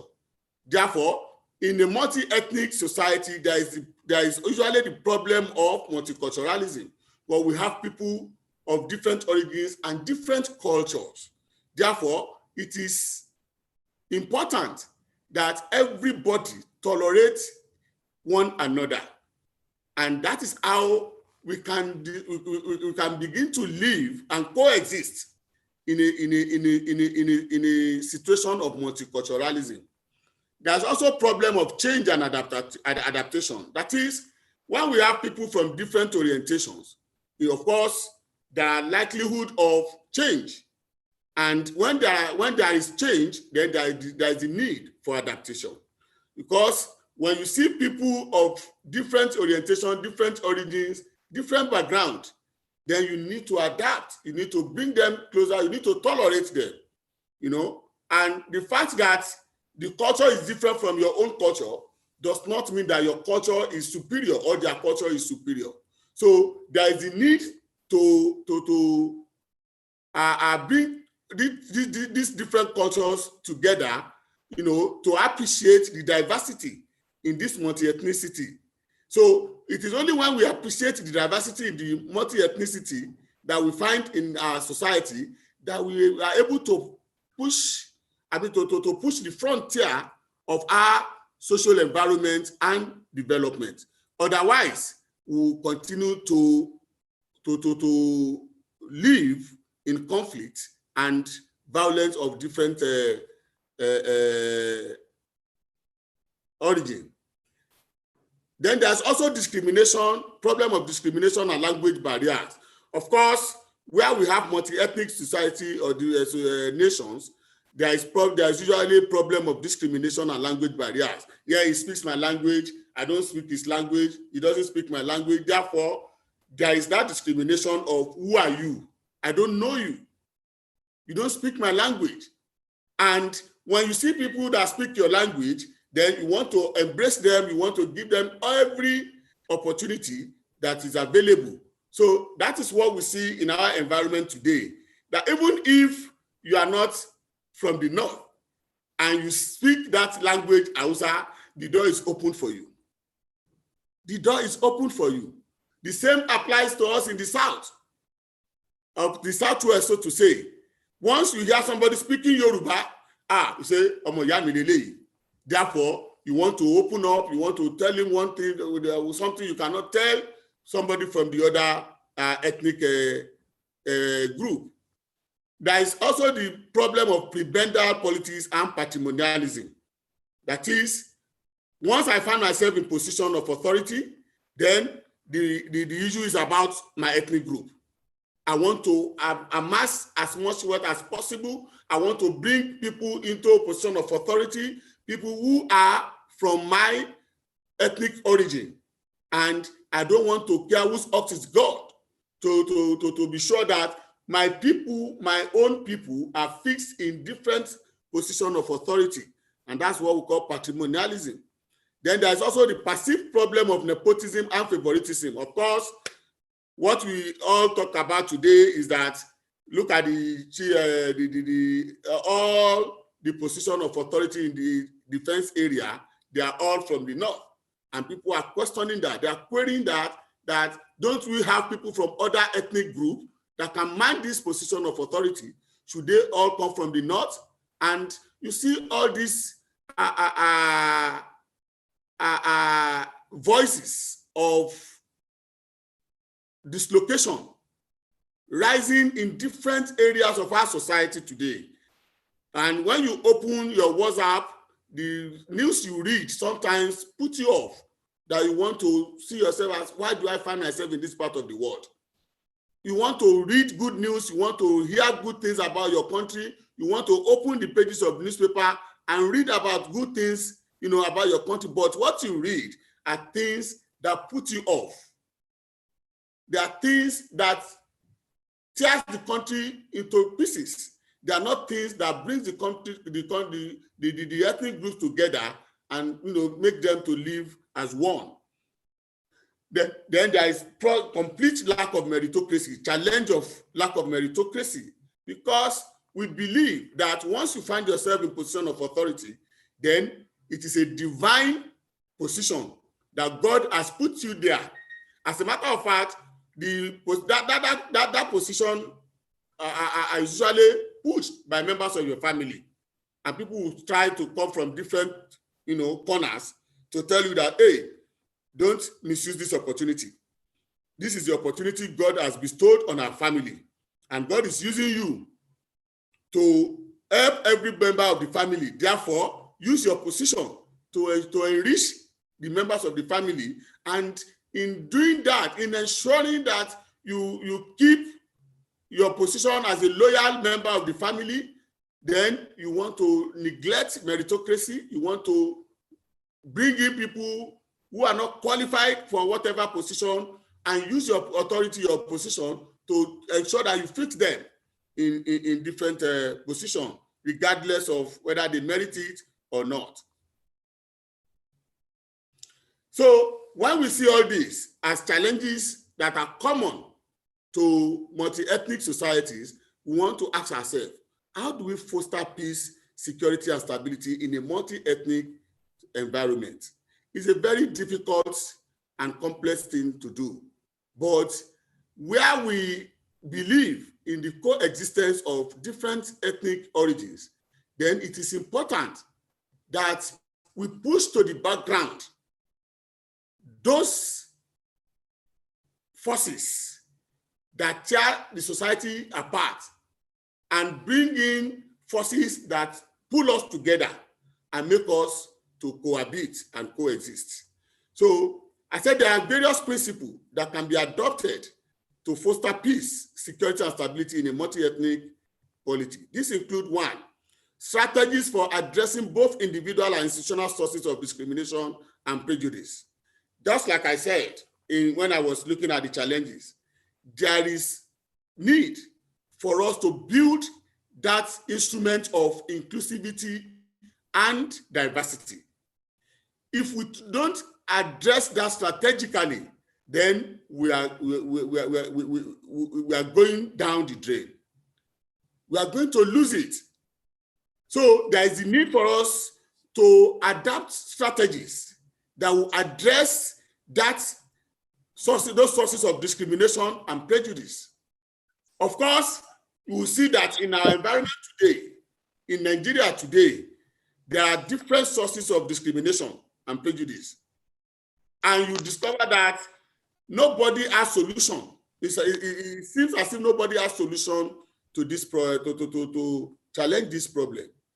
Look at the Army, look at the Air Force, look at the Navy, look at the police force. The mobilization is skewed towards a particular ethnic group. And that is why it has become difficult, for people to believe in what is called the Nigerian project. Everybody believes that if I cannot be represented, then we have to go our way. And that is why the agitation is growing every day, that we cannot remain one Nigeria. Of course, people are not looking at the problem that will come after the disintegration or the disintegration of the country. People are after the immediate gain that the agitators are, going to get once the country is dismembered. Then secondly, we need to build institutions that will function to influence behaviors of people, including capability and motivation to impact the others without considering their ethnic status.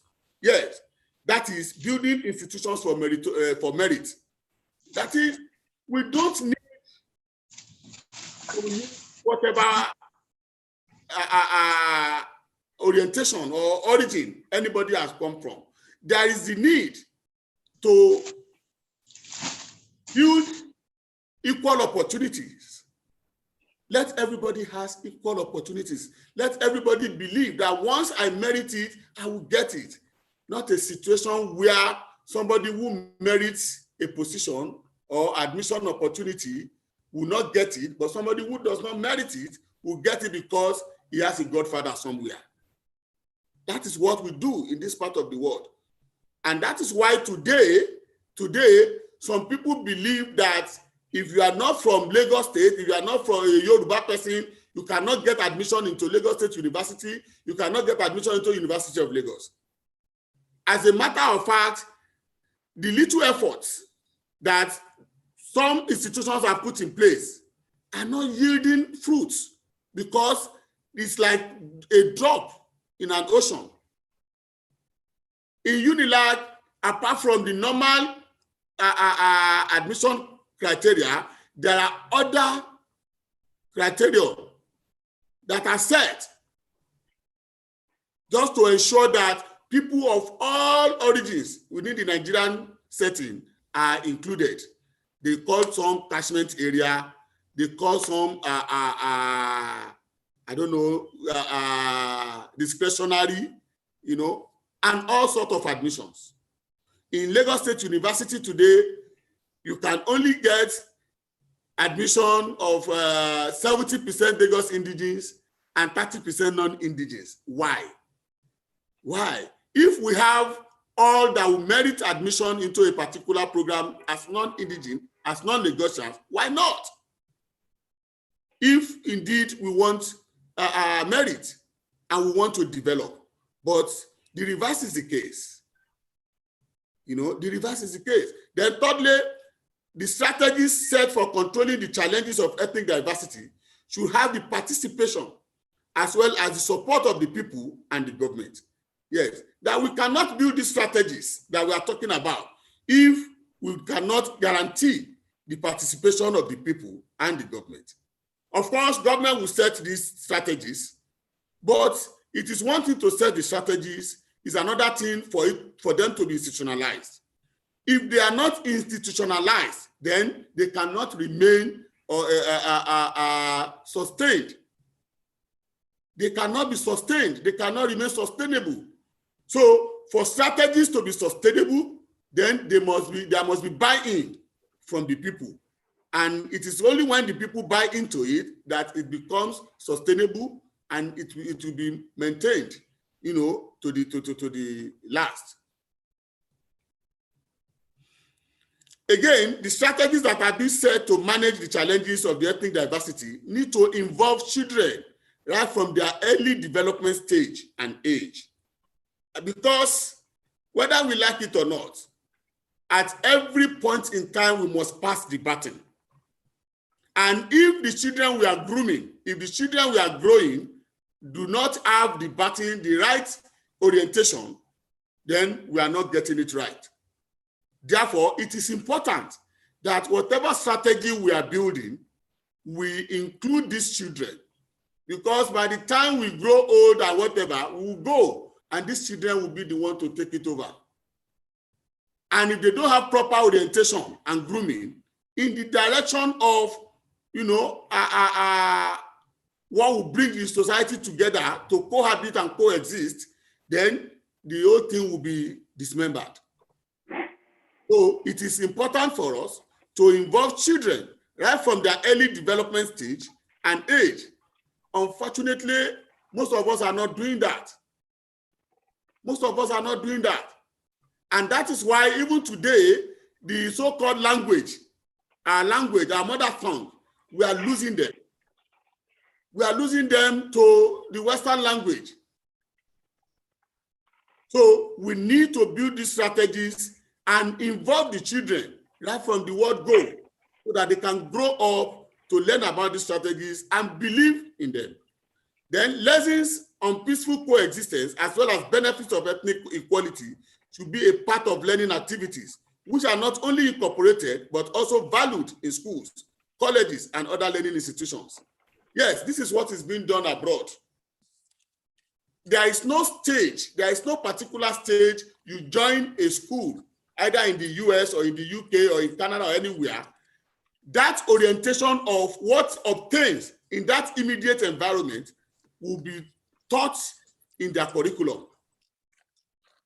It will be taught in their curriculum at every stage of, schooling. In the United States, you learn about the American history. Whether you like it or not, you learn about American, and the learning are in stages. So there is no how you want to graduate from your high school before you go to college that you will not know about American history. But what are we teaching about Nigerian history? Rather than teaching Nigerian history, we are advocating for the subject of history to be removed from our curriculum. So we need to see the way we are bastardizing our curriculum. We are bastardizing our future, and we think we are doing ourselves good. We are not doing ourselves any good. We are not doing ourselves any good. If we are not doing these things that would project our future, we are not building any society. And if we continue in this manner, then it is sure that we are heading for a collapse.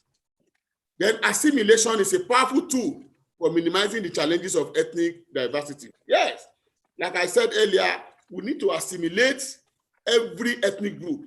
We need to bring them together. We need to live together. We need to cohabit. We need to coexist, so that at least for whatever it takes, we see ourselves as one. Prof, you need to be rounding up. Yes, I will round up now. Of course, you see that the government at a particular point in time, established the National Youth Service Corps, after the Civil War, to ensure that all this assimilation thing is done. But today, that program has outlived its usefulness. Virtually everybody wants to redeploy now. Why? Because of insecurity. There is no part of the country you go to that you feel secure. Even an invitation from me to Ede or Ogun State now will be taken. I will have to think twice before accepting such invitation. So all these are not helping our society. Then in conclusion, I said it is evident that virtually every nation of the world has one challenge or the other. This means that conflict is part of human existence. There's no way we can run away from it. But we can use this conflict thing to build our society positively and engender our development. Our ability to manage our conflict and ensure development of individuals without any element of threat is what guarantees peace and security and even stability in any nation. Government should not be seen to be biased in its policy or operations, thereby giving impression of nepotism or favoritism. That is what we practice in this country today. Every step of government, a particular meaning is read into it. And people look at it from ethnic, religious, or whatever, background. And this will not help our case. Even when you see that this thing is coming to yield a particular fruit, people don't want to look at it, from the futuristic point of view. They want to look at it from the ethnic, religious point of view, thereby creating animosity of different kinds. This will not help us. then there should be equal opportunity for every member of the society, regardless of the ethnic lineage. Until we begin to create equal opportunity for every member of the society, then some people will see some as being inferior, while some will see them as superior. Thank you very much for your.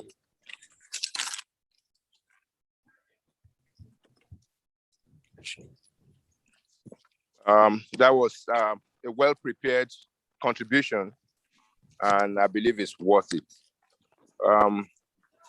You know, you started by telling us that we're in a multi-ethnic society, and peace and security is usually a challenge in such a society. You made us realize that conflicts is a means of social change, and it could be positive and it could be negative. You appeal that tolerance should be cultivated because tolerance is very key to peace. You informed us that adaptation to change is also important for the society to survive. You mentioned about the problem of discrimination and language barrier.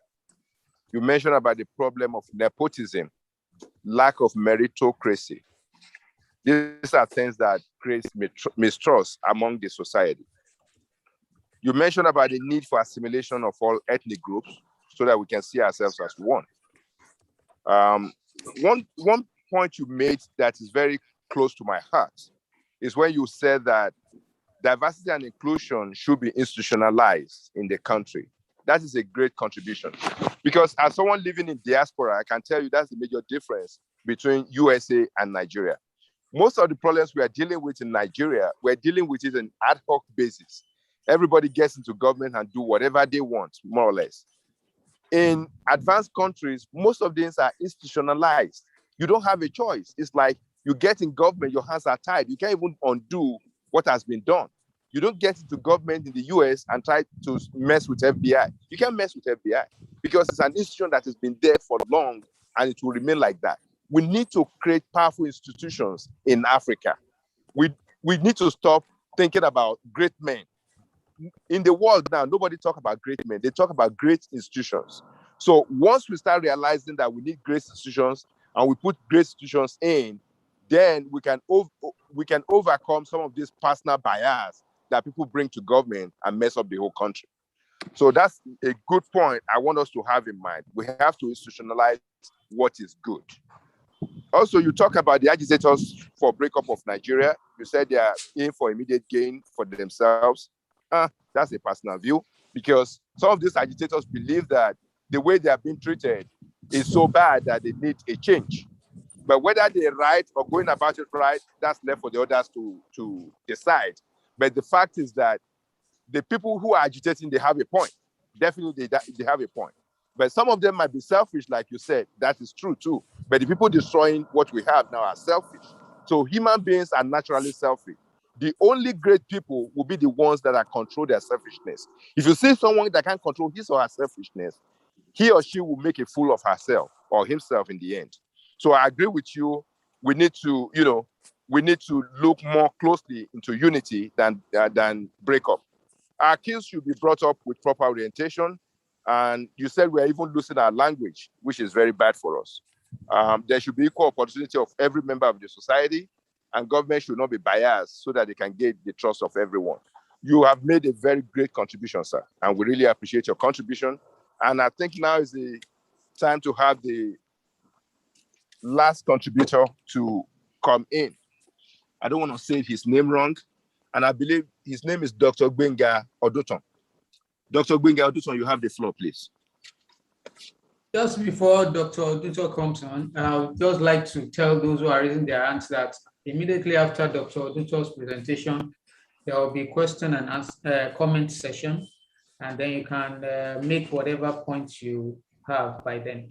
So let's give Dr. Oduton the floor. Thank you. Thank you very much, everyone. I hope you can hear me clearly. I am pleased to be given the opportunity to partake in this very interesting, very commendable meeting. And I wish the celebrant a happy birthday. The topic I have before me is fostering peace, security, and stability in a multi-ethnic polity. And it's a topic that is not only the flavor of the month, the flavor of the decade for us as Nigerians, but the problems we are describing here go beyond Nigeria. In a sense, comparative. Yes. Yeah.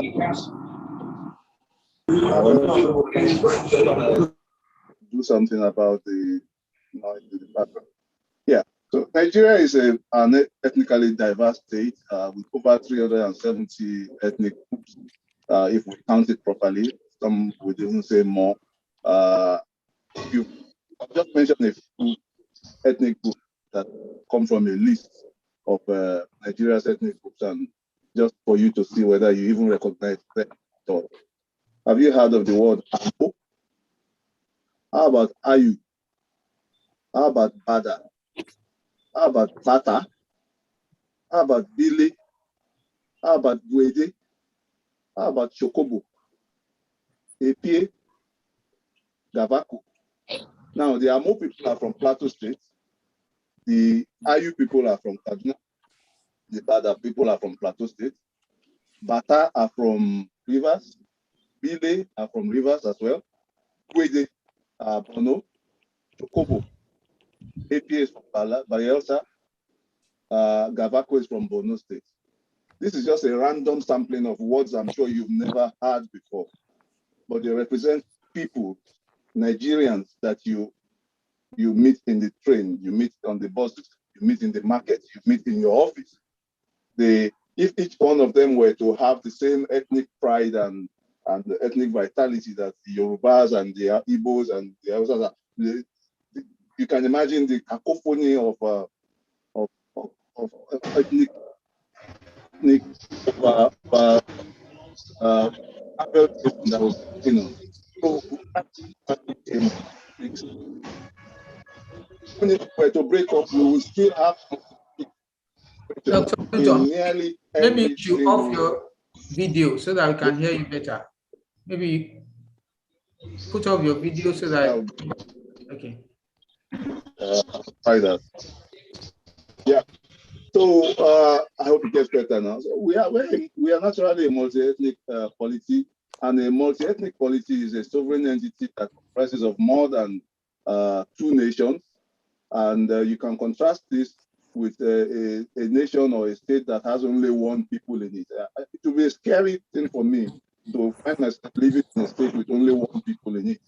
I think in Europe, there's only Montenegro that has been described as a uni-ethnic state in the whole of Europe. And I won't be surprised if there are people with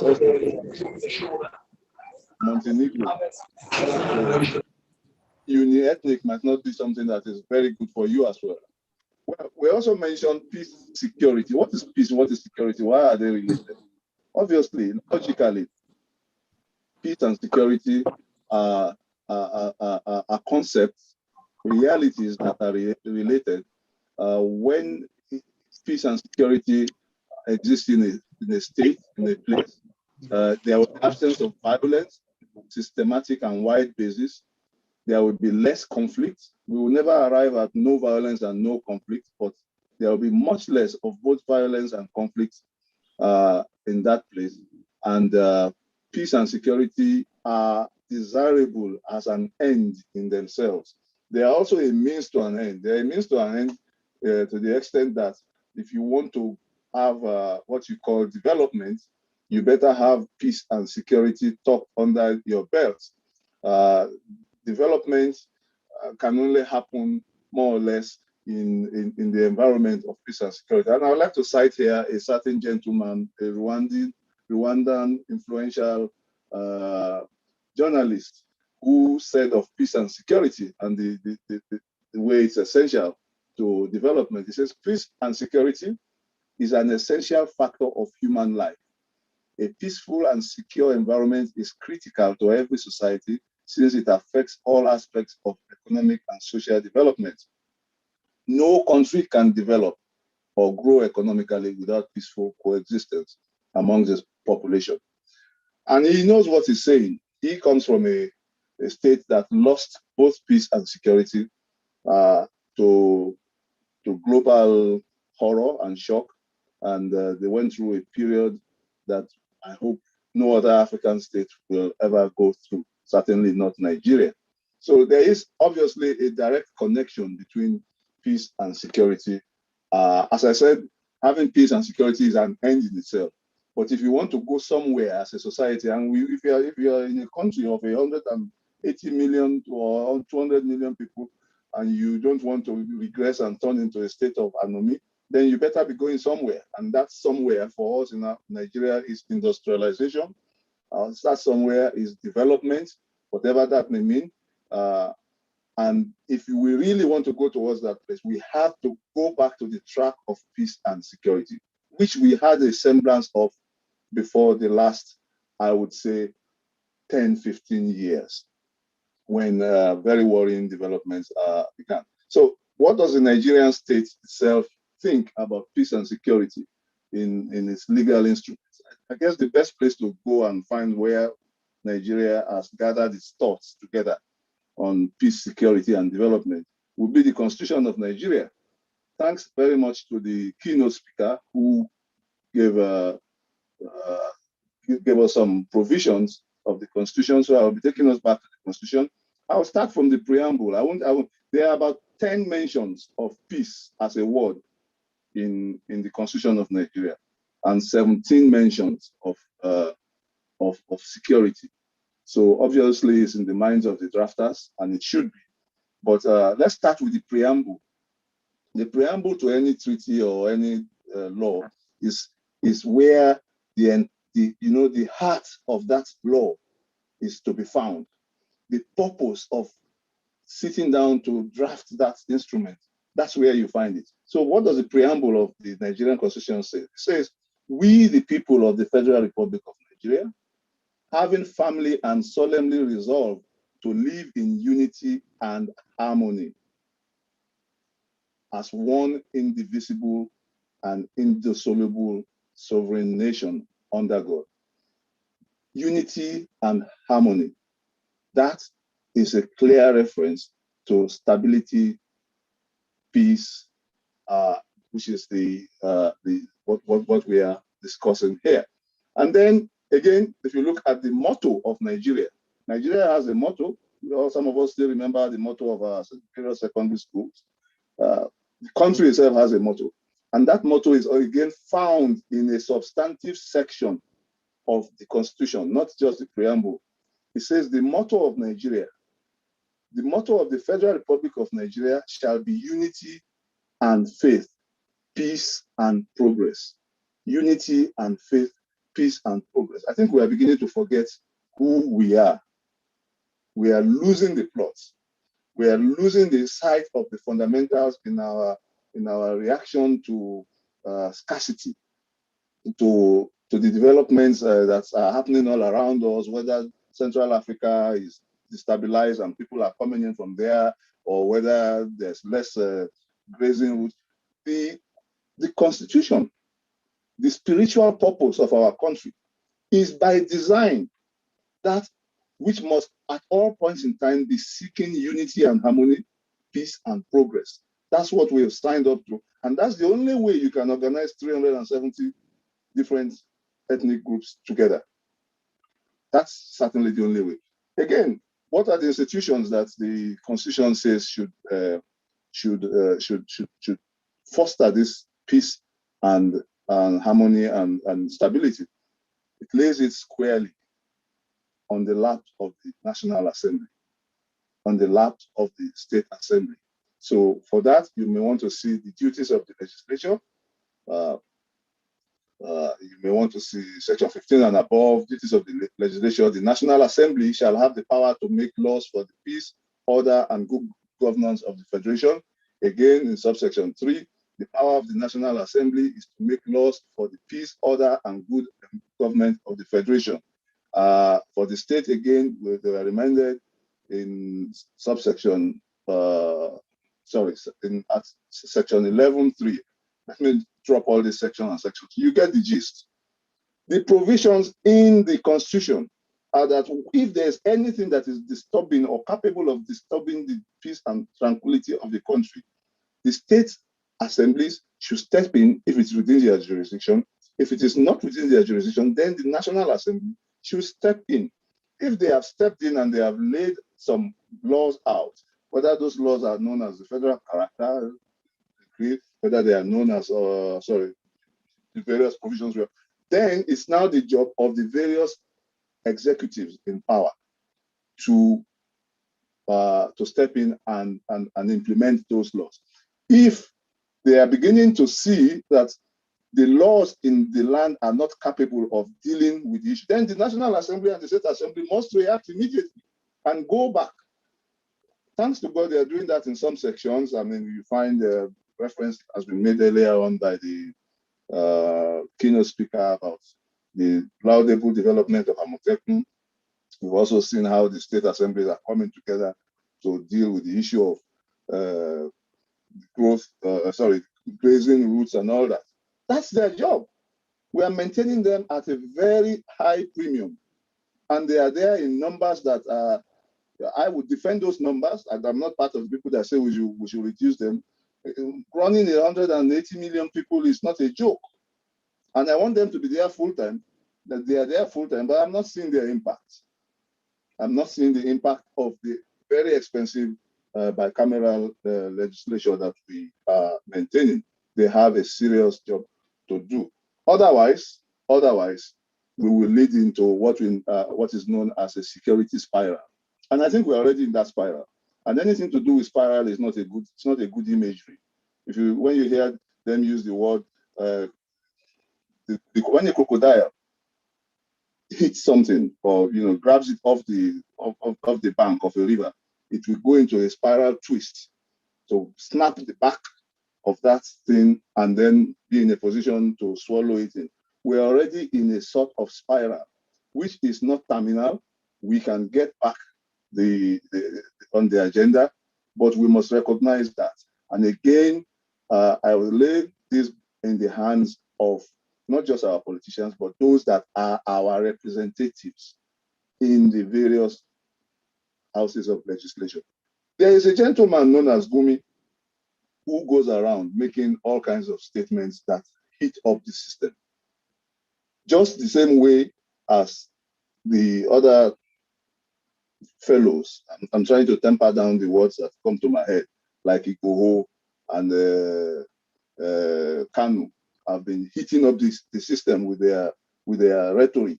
This Gumi of a man, I promise you, if it were in the UK where I sit now, a law would have been made to cope with that kind of nuisance. That's where Nigeria now has a hate speech law. That comes from what the English people did very quickly here when they noticed that you can't just leave people to heat up the system with racism or with their ideological views. Gumi is enough reason for the National Assembly to start thinking about lawmaking, which tempers down the rhetoric in Nigeria because, and I'm coming to that towards the end of my talk, because diplomacy must exist between the various ethnic groups. And I'm happy that most of us who have been talking in this,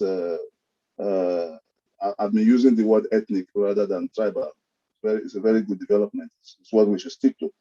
There has to be inter-ethnic diplomacy. That inter-ethnic diplomacy is one of the 3 Ds that are necessary for us to arrest the situation. The diplomacy, the way we talk to each other, the way we regard each other, even when we are in disagreement, even when we want something that is scarce, is very important to temper down the language. And Gumi certainly is not doing it. Igboho has not done it. Of course, we know where he has ended. Many people are not doing it, even amongst our friends on WhatsApp groups. It's not a good thing at all that brothers, people of the same country, talk to themselves in the way we have been doing. And I'll come to that later. Or maybe I should just address it because we don't have that much time in any case. How do we promote peace and security? Well, we have to listen to each other. We all have grievances, terrible grievances. The grievances that the southeast of Nigeria are talking about today and finding completely unpalatable. We had it in the southwest before. We had our leading lights banged in jail, held for treasonable felony. We were locked out of power for decades. We have that grouse going on. We have the grouse that our best minds were not allowed to get into federal power. We have that grievance. The Southeast have that grievance as well. They went through a war. They died in millions. It's not a joke what they went through. The Northwest, very recently there was a video that made the rounds of a Fulani, a bandit, who by the time he was mentioning the things that they are going through and how long they've been going through the privations, and how even when they appeared to have been hope, that hope disappeared because the federal government was not serious in its promises.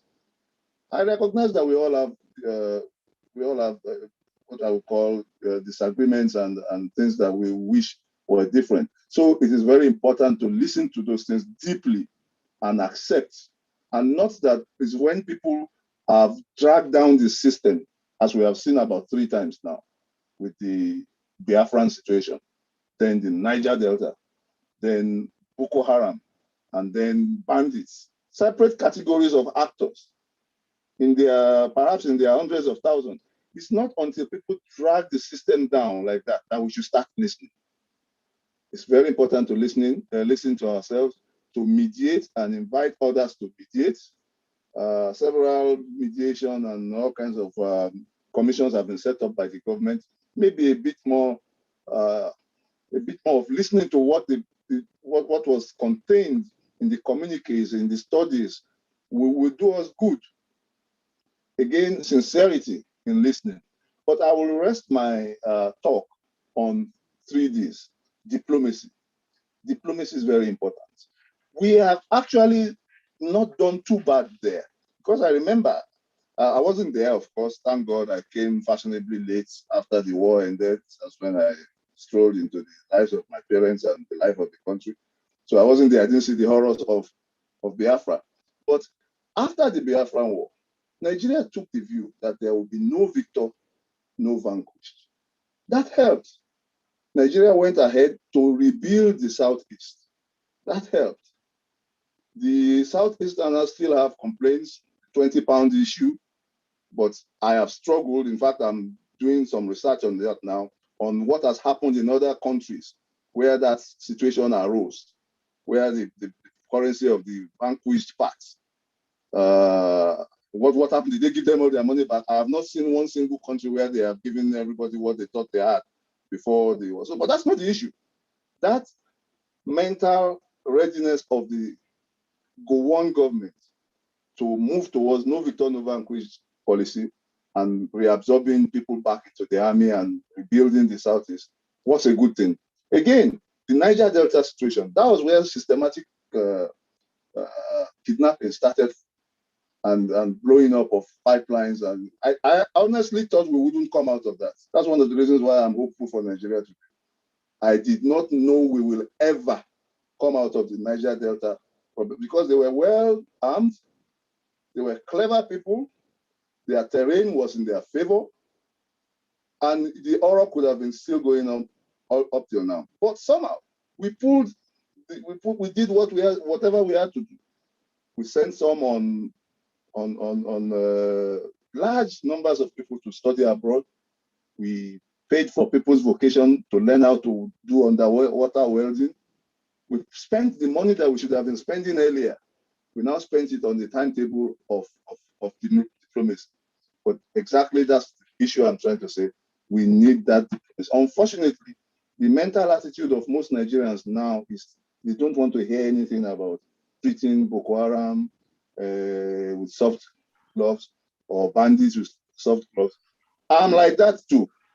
I would rather we go to the place and round them all up and send them to prisons in Toko Island. Some of them abroad. We even pay for them to be in other countries. But we cannot.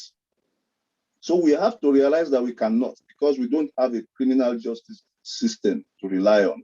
We don't have a good police that can do the job. If we had a good police, we are not sure of our judiciary, that it is in a position to even hear all the cases, and to hear all the cases without what I would call corruption. And even if we succeeded at those first two stages, the police and the judges, what about the prisons? How many prisons do we have? How many of them can we resource to keep hundreds, maybe even 100,000 combatants? So, you need to be rounding up. Yes, 2 more points. The first D, thank you very much. The second D would be defense. Defense, we need to spend more on defense. It's not a joke. I've recommended the soft glove measure, but before you even find yourself needing to go for soft glove measures, if you have spent the right amount of money on defense, which is a holistic term, you wouldn't be in a position where ragtag bandits will hold the states to ransom. So we need to spend more on defense, and we need to make sure that we're not pouring the money into the hands of thieves. How we will do that is going to be the difficult thing that we just have to put. Take the United Kingdom, for instance. The last budget of the UK on defense was 44.6 billion British pounds. 44.6 billion. The UK is roughly the size of Western Nigeria. Its people are still not more than 62 million, and they are spending 44.6 billion. How much has Nigeria spent on defense last year? While it is fighting about 2 or 3 wars at the same time, we spent $1.9 US. 1.9, which is just maybe 900 more than what we spent on health. I would rather we spend money on health, which is good there. But this kind of money cannot keep a nation safe. It's impossible unless you are just lucky and you don't have enemies that are funding problems against you, both from within and without. So we need to spend more people in defense. And when I say defense here, I'm not just talking about the military defense. I'm also talking about policing, criminal justice as a holistic term. And lastly, development. Maybe that should even have come first. Development. If we do not increase the number of people who go to good schools, not just schools, if we do not invest in the number of jobs, manufacturing jobs, if our churches are more than our factories and our mosques are more than our industrial outlets, then development, meaningful modern day development will be far from us. So we need to move more in that direction. Actually, to the frustration of some of my friends, I'm one of the most good people on Nigeria's future. We are doing well.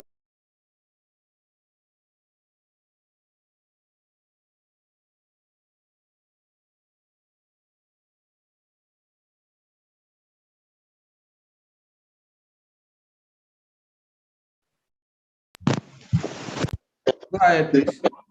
Development is something we have to take seriously. I will stop my talk here, and I'll be happy to take reactions and questions when. Dr. Thank Tiami. you, Dr. Duton. We're very grateful for your contribution. Thank you, Dr. Duton. We're very grateful for your contribution. Dr. Duton made us realize that we have a multi-ethnic society, and peace and security is essential to human life, as said by a Rwandan. It is tough to bring different ethnicity together. And he said the National Assembly, are charged with making laws to promote unity in the country. Unfortunately, our National Assembly are not doing their work well. So he mentioned that Gumi's utterances are not helping, and we should all caution ourselves and control our utterances, and we should listen to each other. He lastly said we need to invest on jobs and development, although he made a last sentence that says we are doing well. I'm not sure I agree with that, and I'm not sure many people agree with that. So because if we are contented with where we are now, we might find ourselves not making enough agitation to move forward. We need to look at ourselves and say, I'm an accountant. I have to bring in the financial perspective. The question to ask ourselves is this: as endowed as Nigeria is, why are we borrowing? Why are people getting rich from our politics than people who are in business? So we need to focus on those things to bring solution to our situation. We're discussing about security, and we need to focus on how to bring peace to our people. I will let our people have, a shot at question and answer now. Thank you. So the floor is open for question and answer. Okay, so that we can be orderly, I will just raise your hand virtually, and I'll call on you. You have 1 minute to make a comment or ask a question, and then the speakers should please be taking notes. When questions are directed at you, please take note, and then when it's time, you respond. I take on now your Natola. Unmute yourself and please, let's have you. Thank you very much for recognizing me to make my comment. I want to just observe that the title for this occasion, Fostering Peace, Security and Stability in a Multi-Ethnic Polity. Ask Nigeria. I want to add that to it. Ask Nigeria. So be that as it may, I take this subject as meaning enthroning good governance in Nigeria. It's just that. How do we enthrone good governance in Nigeria? Our problem is ours is a failed nation. As Professor Tiamiyu just alluded, we have a country rich in oil, rich in gold, rich in honey, yet our people still lacks. It's a shame of a nation. We will only be talking of peace, security, and stability as being a problem. It's never a problem. For every nation that is advancing, for every nation that is moving towards complexity, there will always be crime, there will always be difficulties. It's about the way the government of that nation control things that will bring peace, that will bring stability. In a country where you have leaders being Lilliputian of ideas, what do you expect? I want to commend Mrs. Ige, the way he has made his presentation, and I want to commend other speakers who I'm very close with. I'm not disappointed in what they have presented to us. They have all done well. Thank you very much. Your time is. You should just keep working to make that nation better than it is now. Thank you. Thank you. I think that is a comment. I call on Dayo Benson.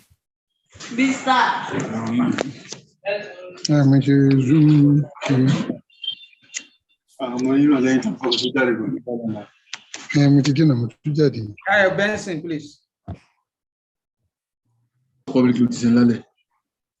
Dayo Benson, if you are not ready, we take on Abiodun. Abiodun, who is raising his hand virtually, his or her hand virtually. Hello. Hello. This is Abiodun.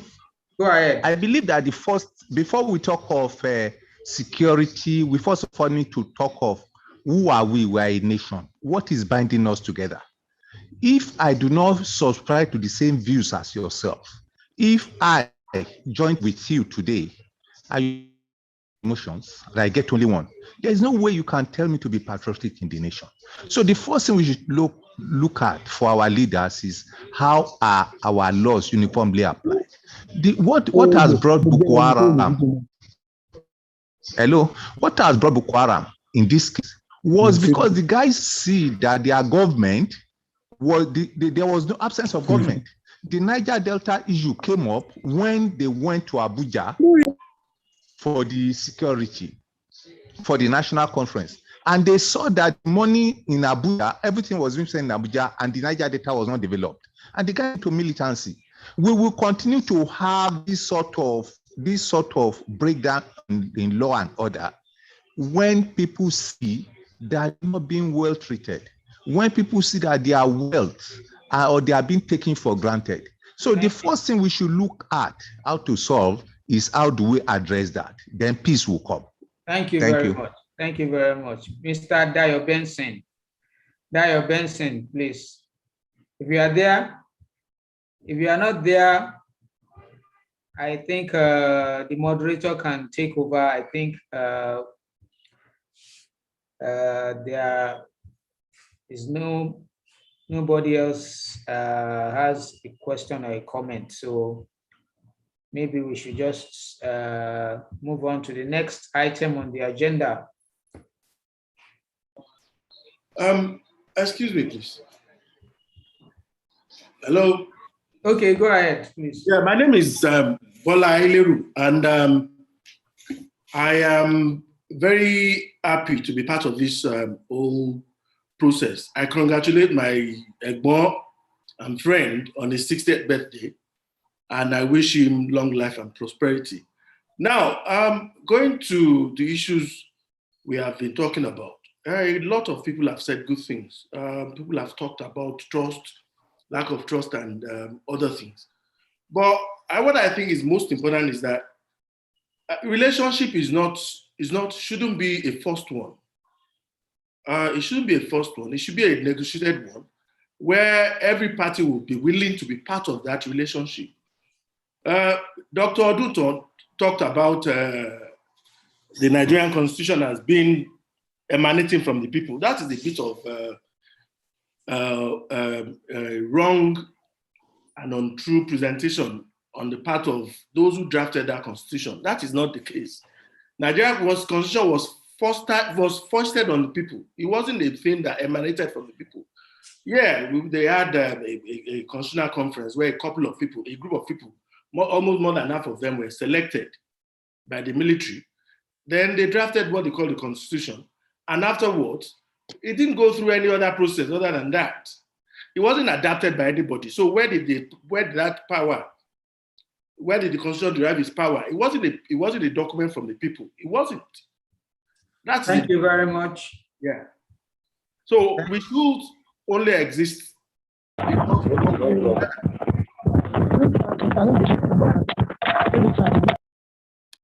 Thank you very much. I call on Olusegun Obafemi. Well, okay, thank you very much. Although we were talking about ethnicity, but to me, this is the problem of the elites. The looters of Nigerian nation do not care about ethnicity. The Yorubas, the elites of the Yorubas, Igbos, when it comes to money sharing, they fail to recognize their ethnicity. So we can talk about ethnicity from now till kingdom come, until the people, the elites, recognize their responsibility and say that their elitism is to take care of the population. We'll just be running in circles. Thank you. Thank you very much. Dio Benson, if you are there, if you are not, we go back to the speakers. We give each of them a minute to round up, and then we'll call on the person to give us vote of thanks. Yeah, before we go, let me just summarize quickly, please. I really appreciate everybody's contribution. And once again, happy birthday to our friend, TEJU. The point I'm trying to make here is that the question and answer format clearly shows that our main problem is fairness. If you look at our constitution, somebody said it's not a document from the people. It means the constitution is unfair. It means the way the legislators are doing their work are not being fair. It means that the way they're implementing our laws are not fair. If we can just do fairness among ourselves, Nigeria will be great. But unfortunately, many of us cannot curb our excesses. A situation where people are in legislators and they're making a lot of money and people under them are suffering. We can't get regular power, we can't get regular water, and people think it's okay. There will be no peace. A man who cannot have electricity and all his food are damaged in his refrigerator will be agitated. So we need to be fair with ourselves. We are ruling ourselves. It's not British ruling us. It's not America ruling us. We're in Nigeria doing our own government. Please, let us be nice and fair to one another. Let us talk to our elites, like Dr. Obafemi said. If you are going to be a leader, be fair. Don't take all the money and bring it to US or America or UK. Nobody needs your money here. Make sure the schools are running fine in your area. Make sure they have water. Make sure they have electricity. If there's a bad guy, take them to the police, prosecute them. Don't release criminals and let them be doing bad things. So our main problem in Nigeria is fairness. Fairness to all. Please let us be fair to each other. We have a great country. Thank you. Thank you very much. We quickly go back to the speakers, starting with the keynote speaker, retired CP Abiodun Ige. 1 minute to round up. Madam. Thank you. From all that has been said, those that are really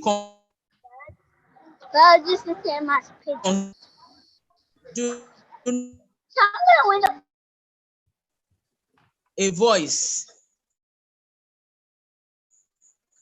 Yeah.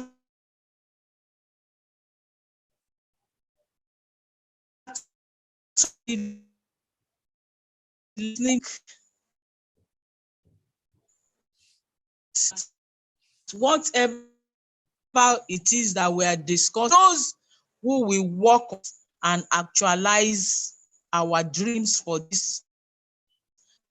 On this note, I want to say happy birthday to Fatai Shonoiki.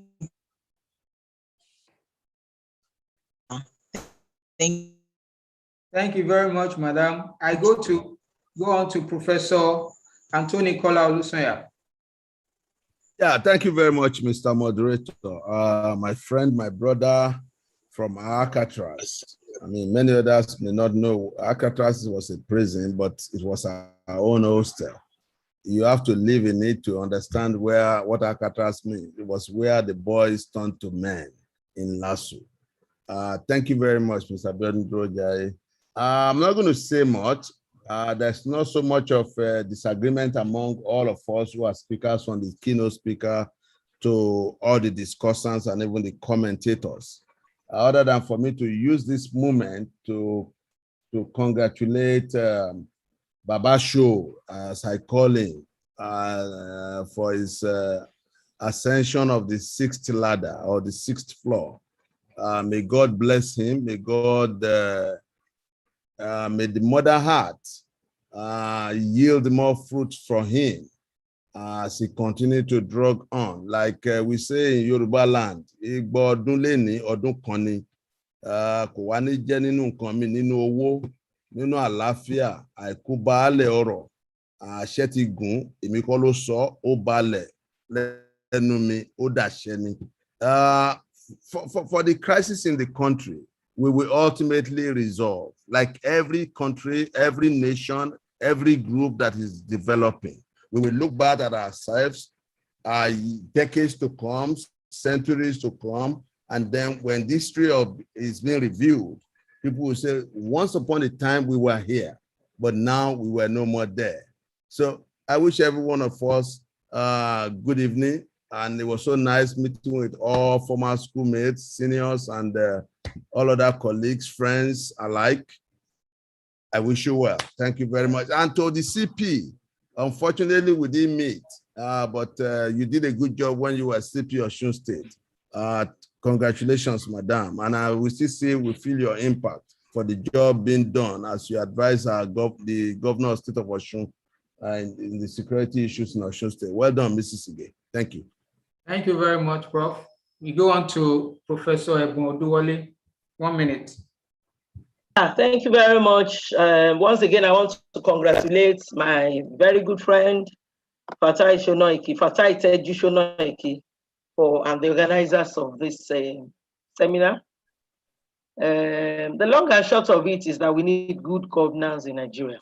And there is no way we can get good governance, not only in Nigeria, in the world, in the entire world.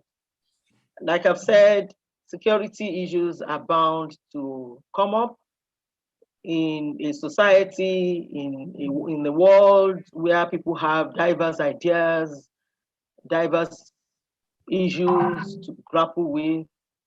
And for human beings, we are meant to tackle those problems.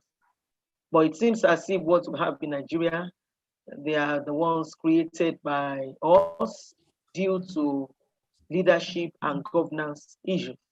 So we need to have good governance. And to have good governance, we also need good people who know what they want to be able to get good people in power. Thank you. Thank you very much. We go on to Professor Suraj Mudashiru. 1 minute. Professor Mudashiru. Thank you very much. Thank you so much, sir.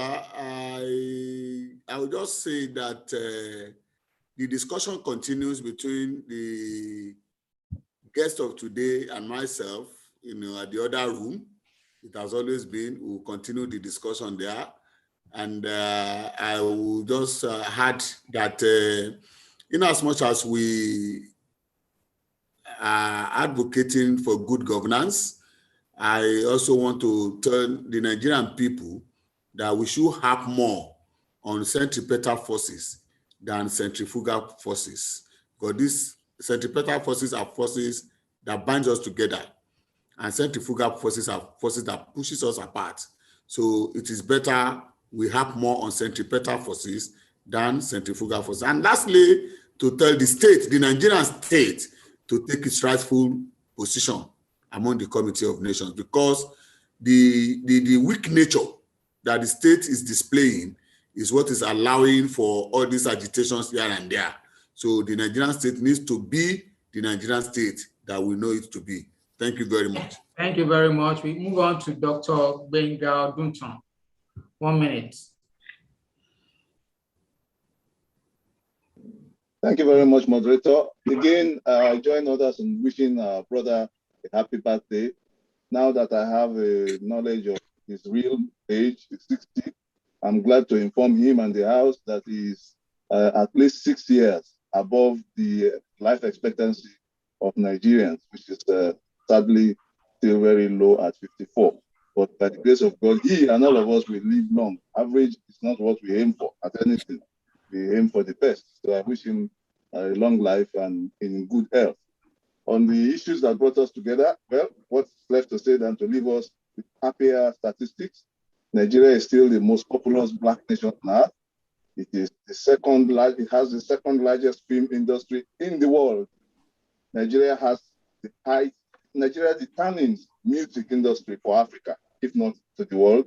Nigeria is the second largest destiny for foreign direct investment. We have something really special in our hands. These are the things I wanted to say before I stopped my talk earlier on. We are doing well. Let's not lose that face of that fact. But we have to work hard. For whom much is given, much is also expected. Thank you very much. Thank you. Thank you very much. To give us the vote of thanks and closing prayer, I'll call on Mrs. Bola Tito Ajibode of the Sanitola SONOIKI family. Madam, over to you. Good evening, everyone.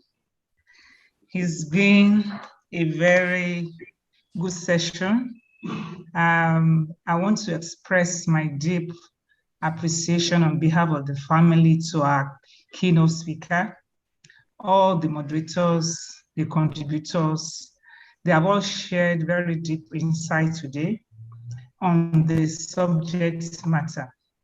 And this is a subject that concerns all of us, without which we have no nation.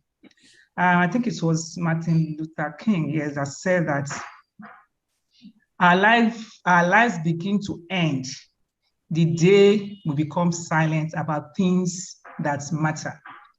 Today, all of us have come together to discuss peace and security in our land. And I'm very, very much pleased that this is happening on a day when my brother is celebrating his birthday. Thanks to everyone. On behalf of the SONOIKI big family, we want to appreciate all of you.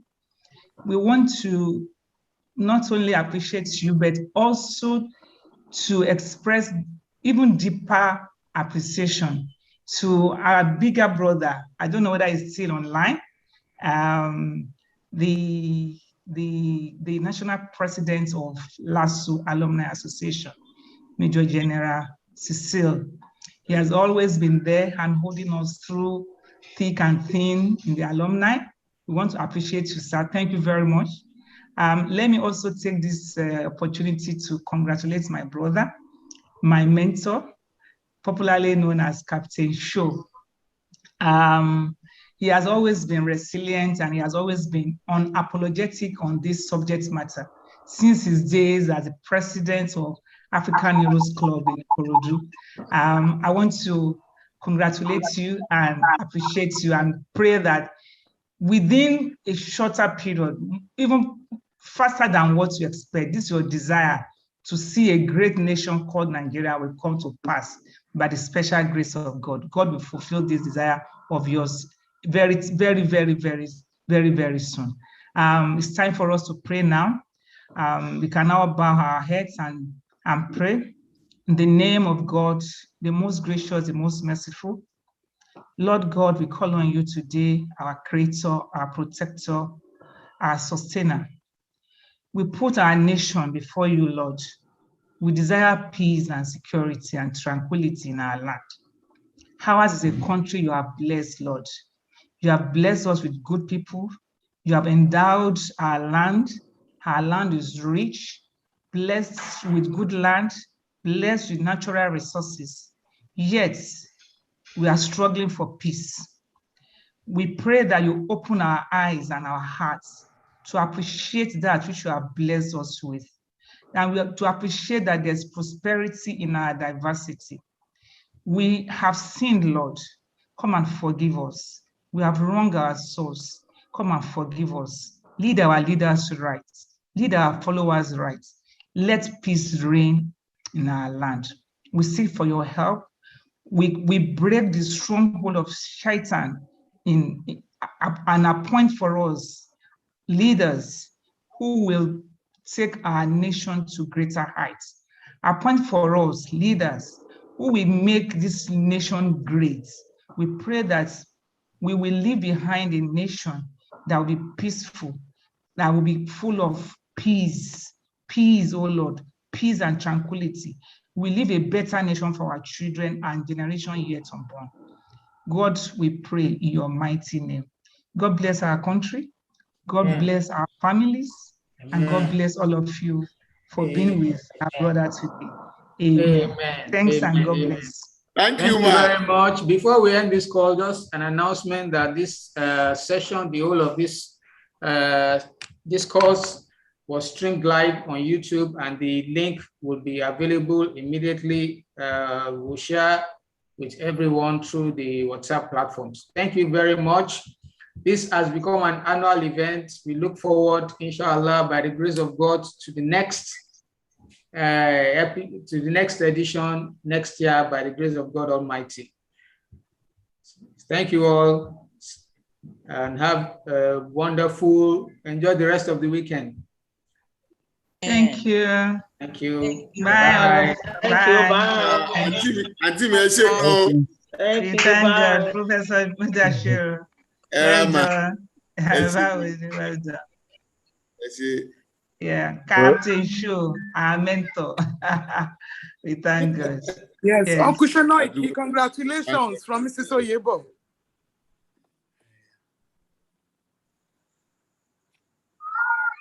Thank you very much, everybody. Thank you very, very much. Yeah, Many happy returns. My sister has said it all. We can't thank you enough. God bless you. No. Prof. No. Captain Show, congratulations. Thank you very much, sir.